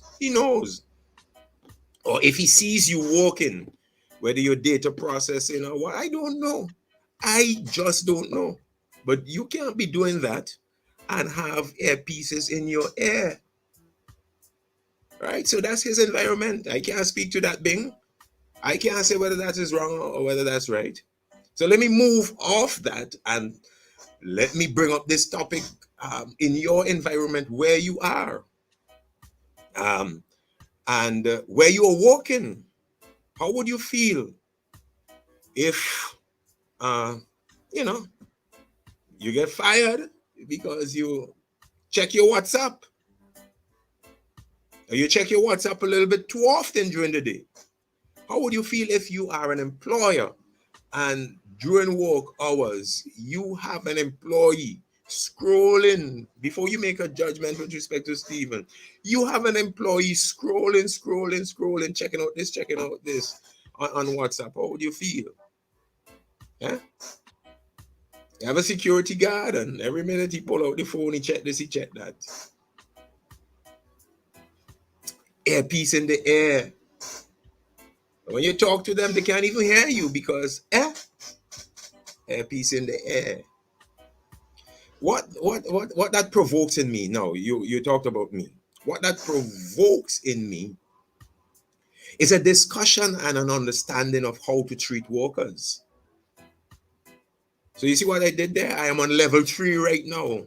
I started with Stephen as the catalyst, but I quickly move away from him because I don't know what's going on there. I don't know. As you often say, Bing, I don't show.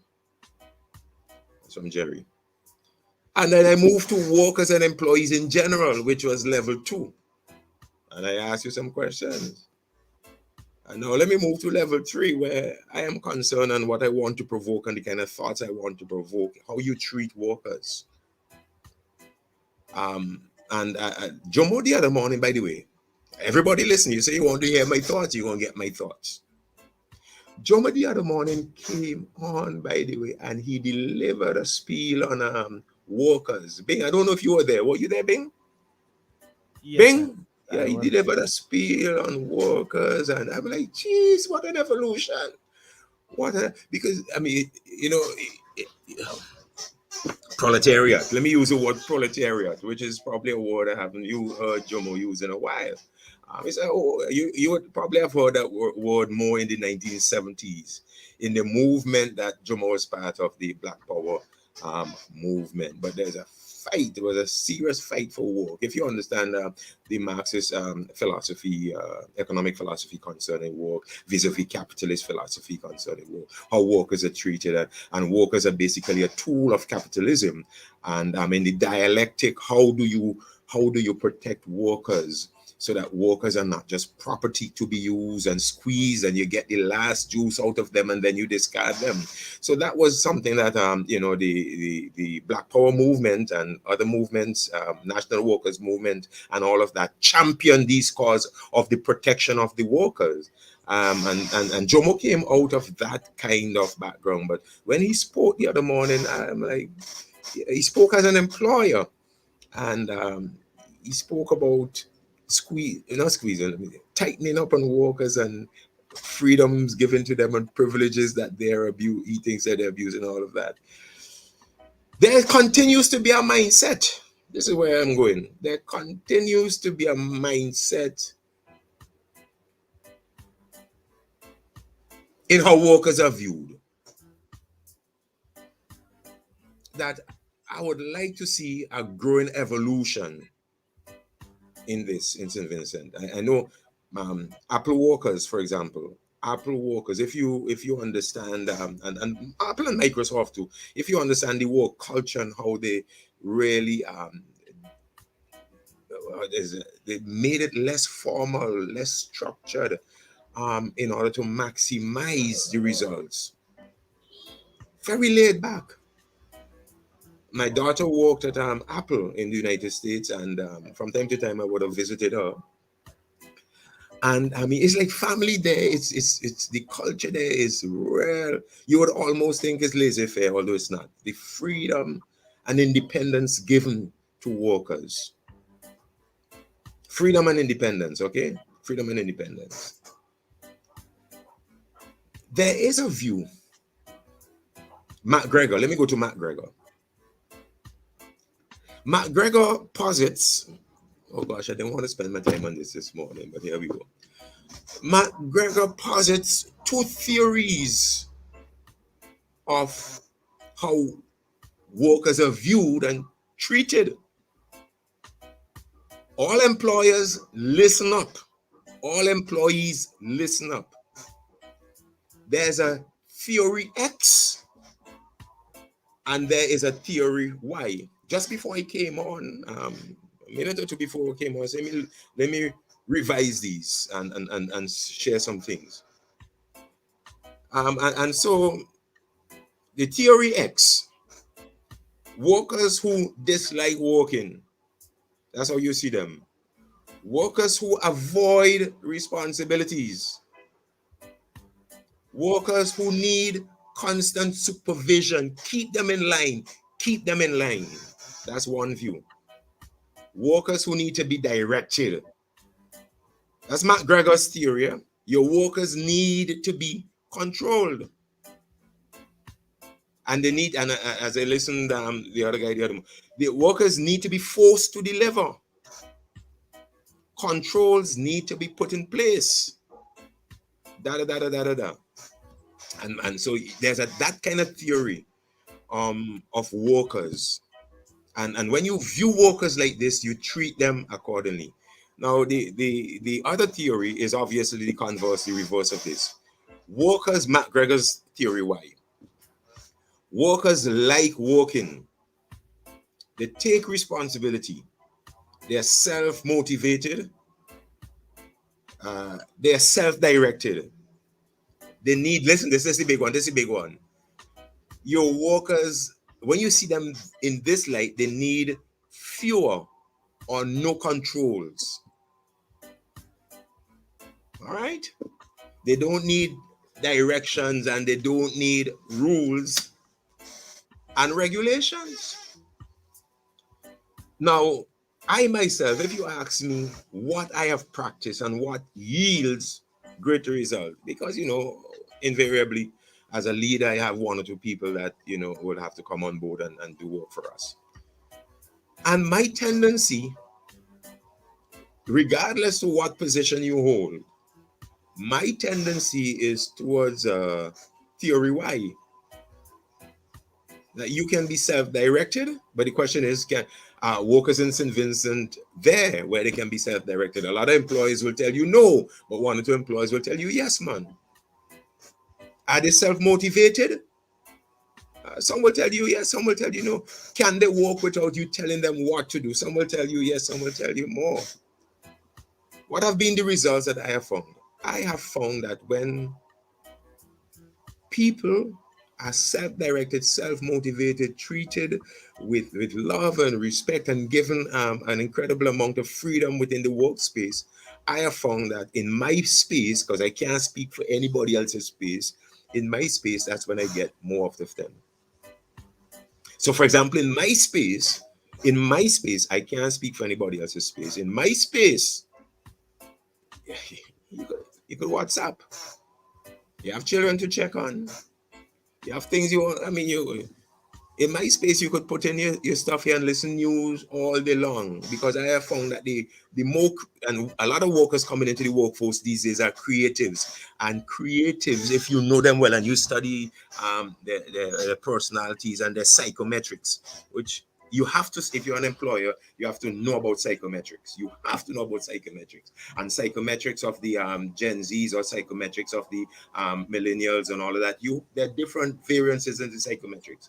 So you know that the younger people work best with earpieces in their ear. A lot of studies. But depending on the type of job, maybe an earpiece in the ear might not work. In fact, their efficiency is largely increased when they have their playlist. They come to work with their playlist. Bing, they come to work with their playlist.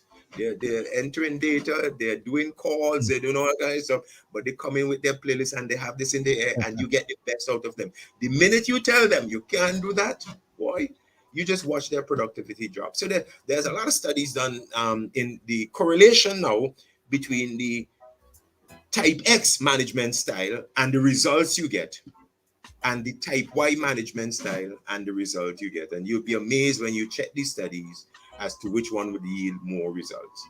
But wouldn't that be based on the institution which you work with? That's what I've been saying all along. I mean, a certain institution would preclude and prevent you having an earpiece in your ear. But I'm saying now, as a manager, wherever you are, whatever, and I don't know who I'm speaking to this morning. Remember, Stephen's thing was just a springboard. I left that a long time ago. All right. I don't know what's your work situation, but in many cases, given that kind of flex, all I'm saying here, many cases, you might be surprised that given that kind of flexibility and given that kind of freedom and given that less rigid control that I own you, between 8 and 4, I own you. You'll be surprised that when that approach sometimes yields it yields less buy-in, it yields less ownership of the employee on the employee's part. They just feel like a tool, and therefore they dot the I and cross the T. They work to rule. The studies are there to prove that when you adopt a different style, depending on, like I said, depending on the nature of the work. Some work will definitely preclude and prevent a lot of social engagement. But the studies are showing that employees, don't take my word for it, don't take my word.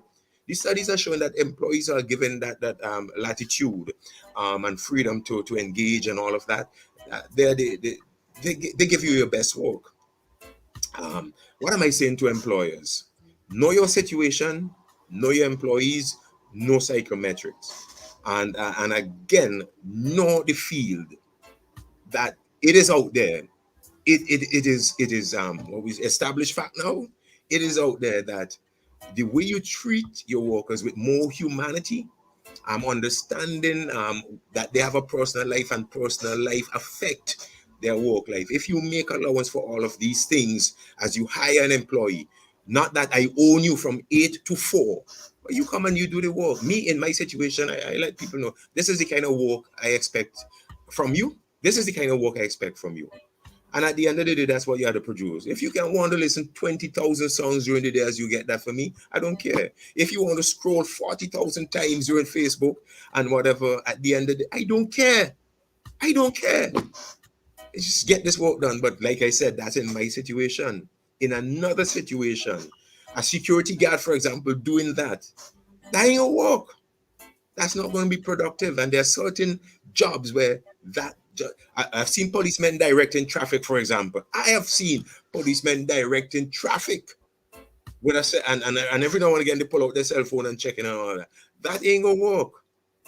So don't hear me saying this morning that every single situation calls for this kind of latitude and you have to be lax with them and this type-wide thing. I am just saying, as my main point, caring for the employee, having the attitude that I don't own you once you are here on the job, and having a lot of what comes with the type Y management style can in many situations produce better results than if you are very rigid and you box your employees in. I just wanted to get that out there, but with the little caveat that it's not going to work in every single situation. Well, there it is. I didn't intend to go all the way down that I just intended to mention it early and then spend the rest of the program on justice, but it is what it is. I'm done. And just like that, drop mic situation. You call that a drop mic situation, Doc? What did I do, Bing? What did I do this morning? I just said that there are different ways to treat workers and your situations will dictate that. But at the back of your mind, and I'm just putting it under caps for what I said, different ways to treat workers, your situation dictates that.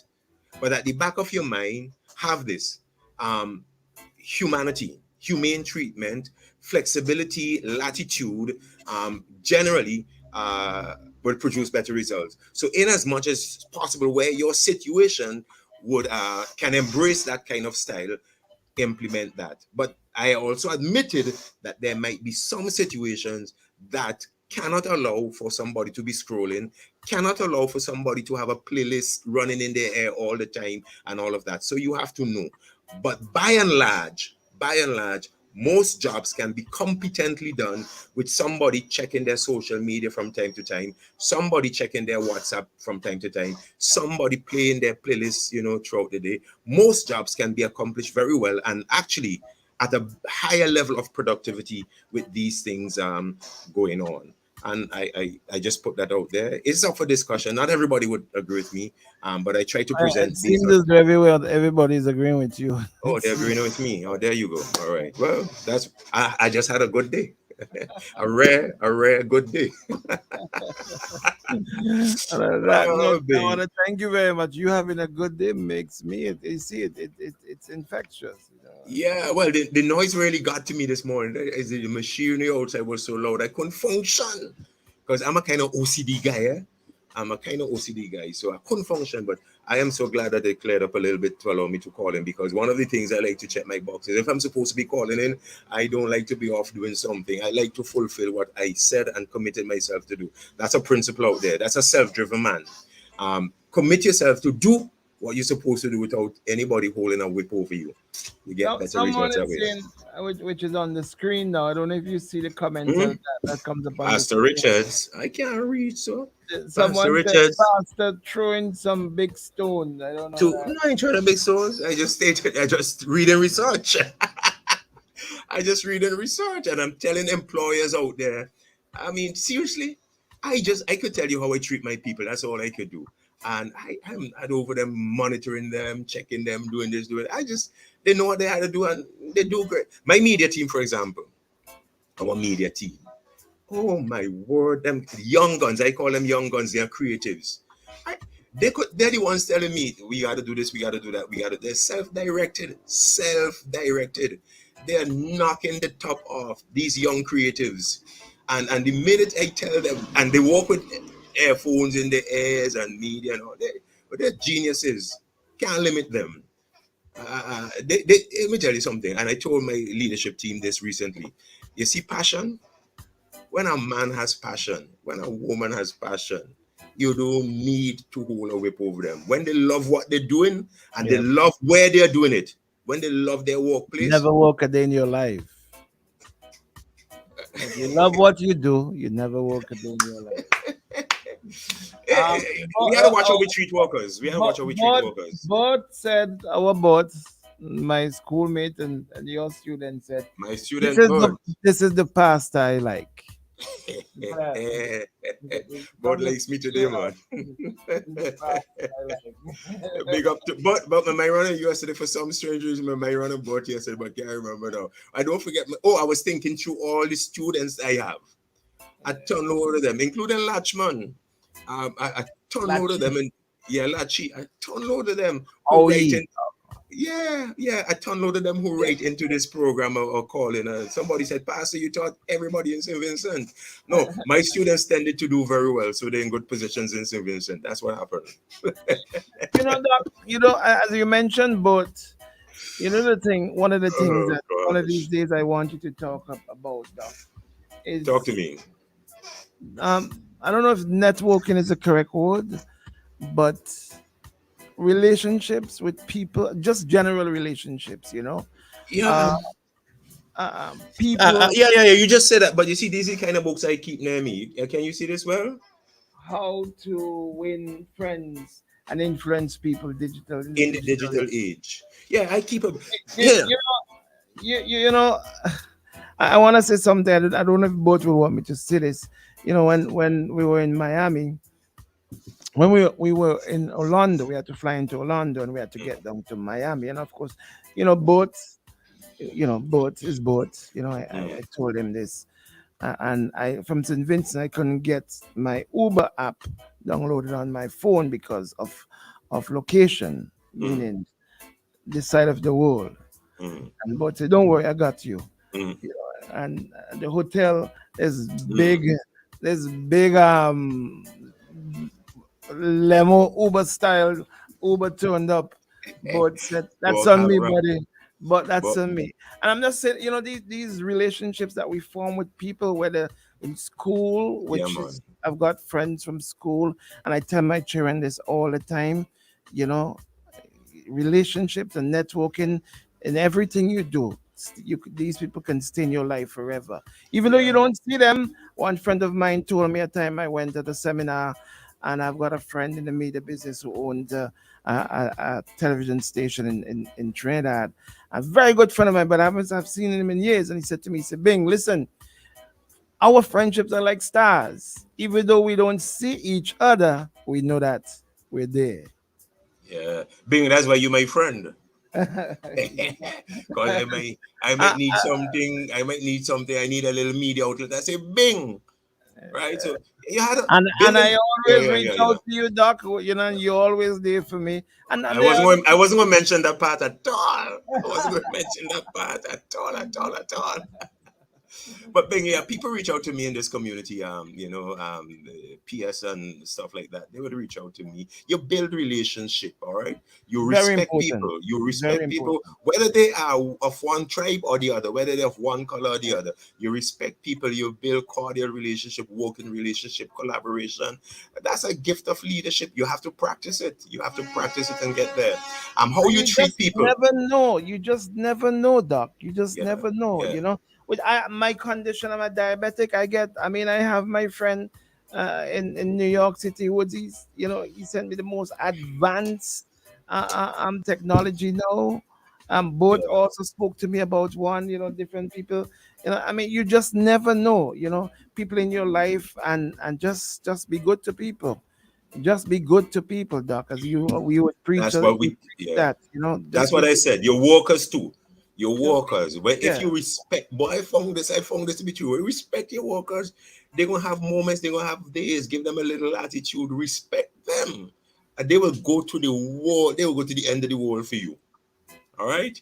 But the minute you start treating them with thing, boy, they walk to rule for you. I love your workers, love your workers, and you go to the end of the world for your workers and you give them latitude. Well, I'll tell you this: the Cutlass is a Hitler to work. Maybe let's establish that. I tell him, I says he's a Hitler to work, but he has a good relationship with his workers. Excellent. Jokes and funny. He can be funny at them. He's a Hitler. Yeah. Like I said, I don't know his work environment. I don't know really. I could not speak specifically to that, but he gave me a platform to talk about Theory X and Theory Y, and to even advocate my preference for Theory Y style, and just loving and treating your workers well and giving them room and freedom. When you come in at 8 o'clock and you punch in one, you still a person. Yeah. You still have children. You still have relationship out there that during the day you want to check on and all of that. This is the digital age. Let me go back to the book I'm reading here. You see that this is the digital age. We have to learn to maneuver our way through the digital age. Doc, All you know, right? yesterday I was telling my friend in New York, Woodsy, I said, Woodsy, you know, when I get sick, there are times I feel like just giving up and throwing in the towel.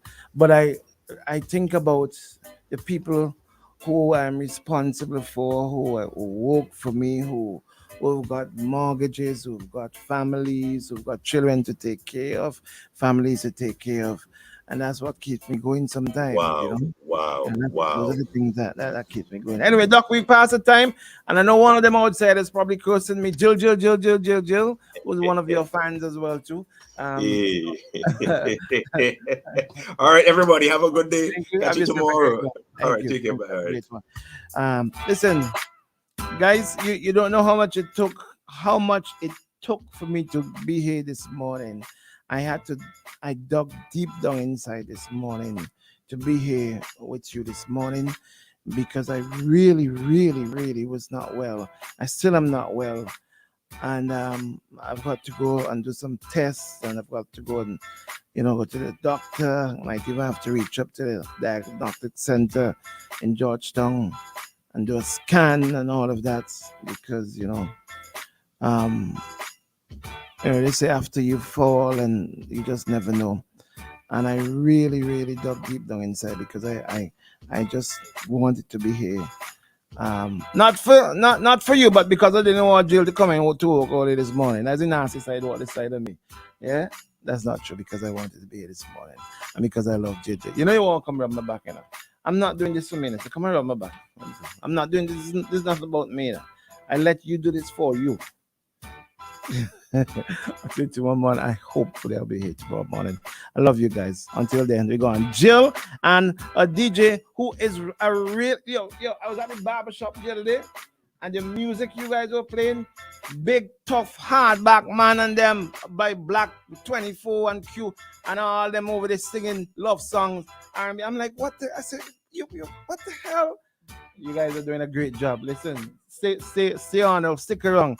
These guys are doing a great job. Great music and great conversation by Jill. Stick around. They are absolutely amazing. If you've not tried Shade Rumors yet, meaning the shift that's coming up, just try them. Give them a try. Stick around. All right. I promise you, you're going to love it. You're going to enjoy what you hear. Jill has got Jill is by far the best female vocals you've got on radio by far. Best she projects her voice. She's got a type of timbre in her voice, and she's got a kind of sexiness in her voice and a smoothness in her voice, and her DJ just compliment that all. Until tomorrow morning, God's willing. I hope God's willing, I'll be back. Shady, go on, love you.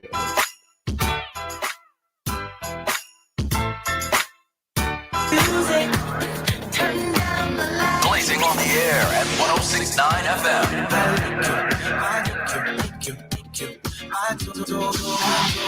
What does this button do? Lord,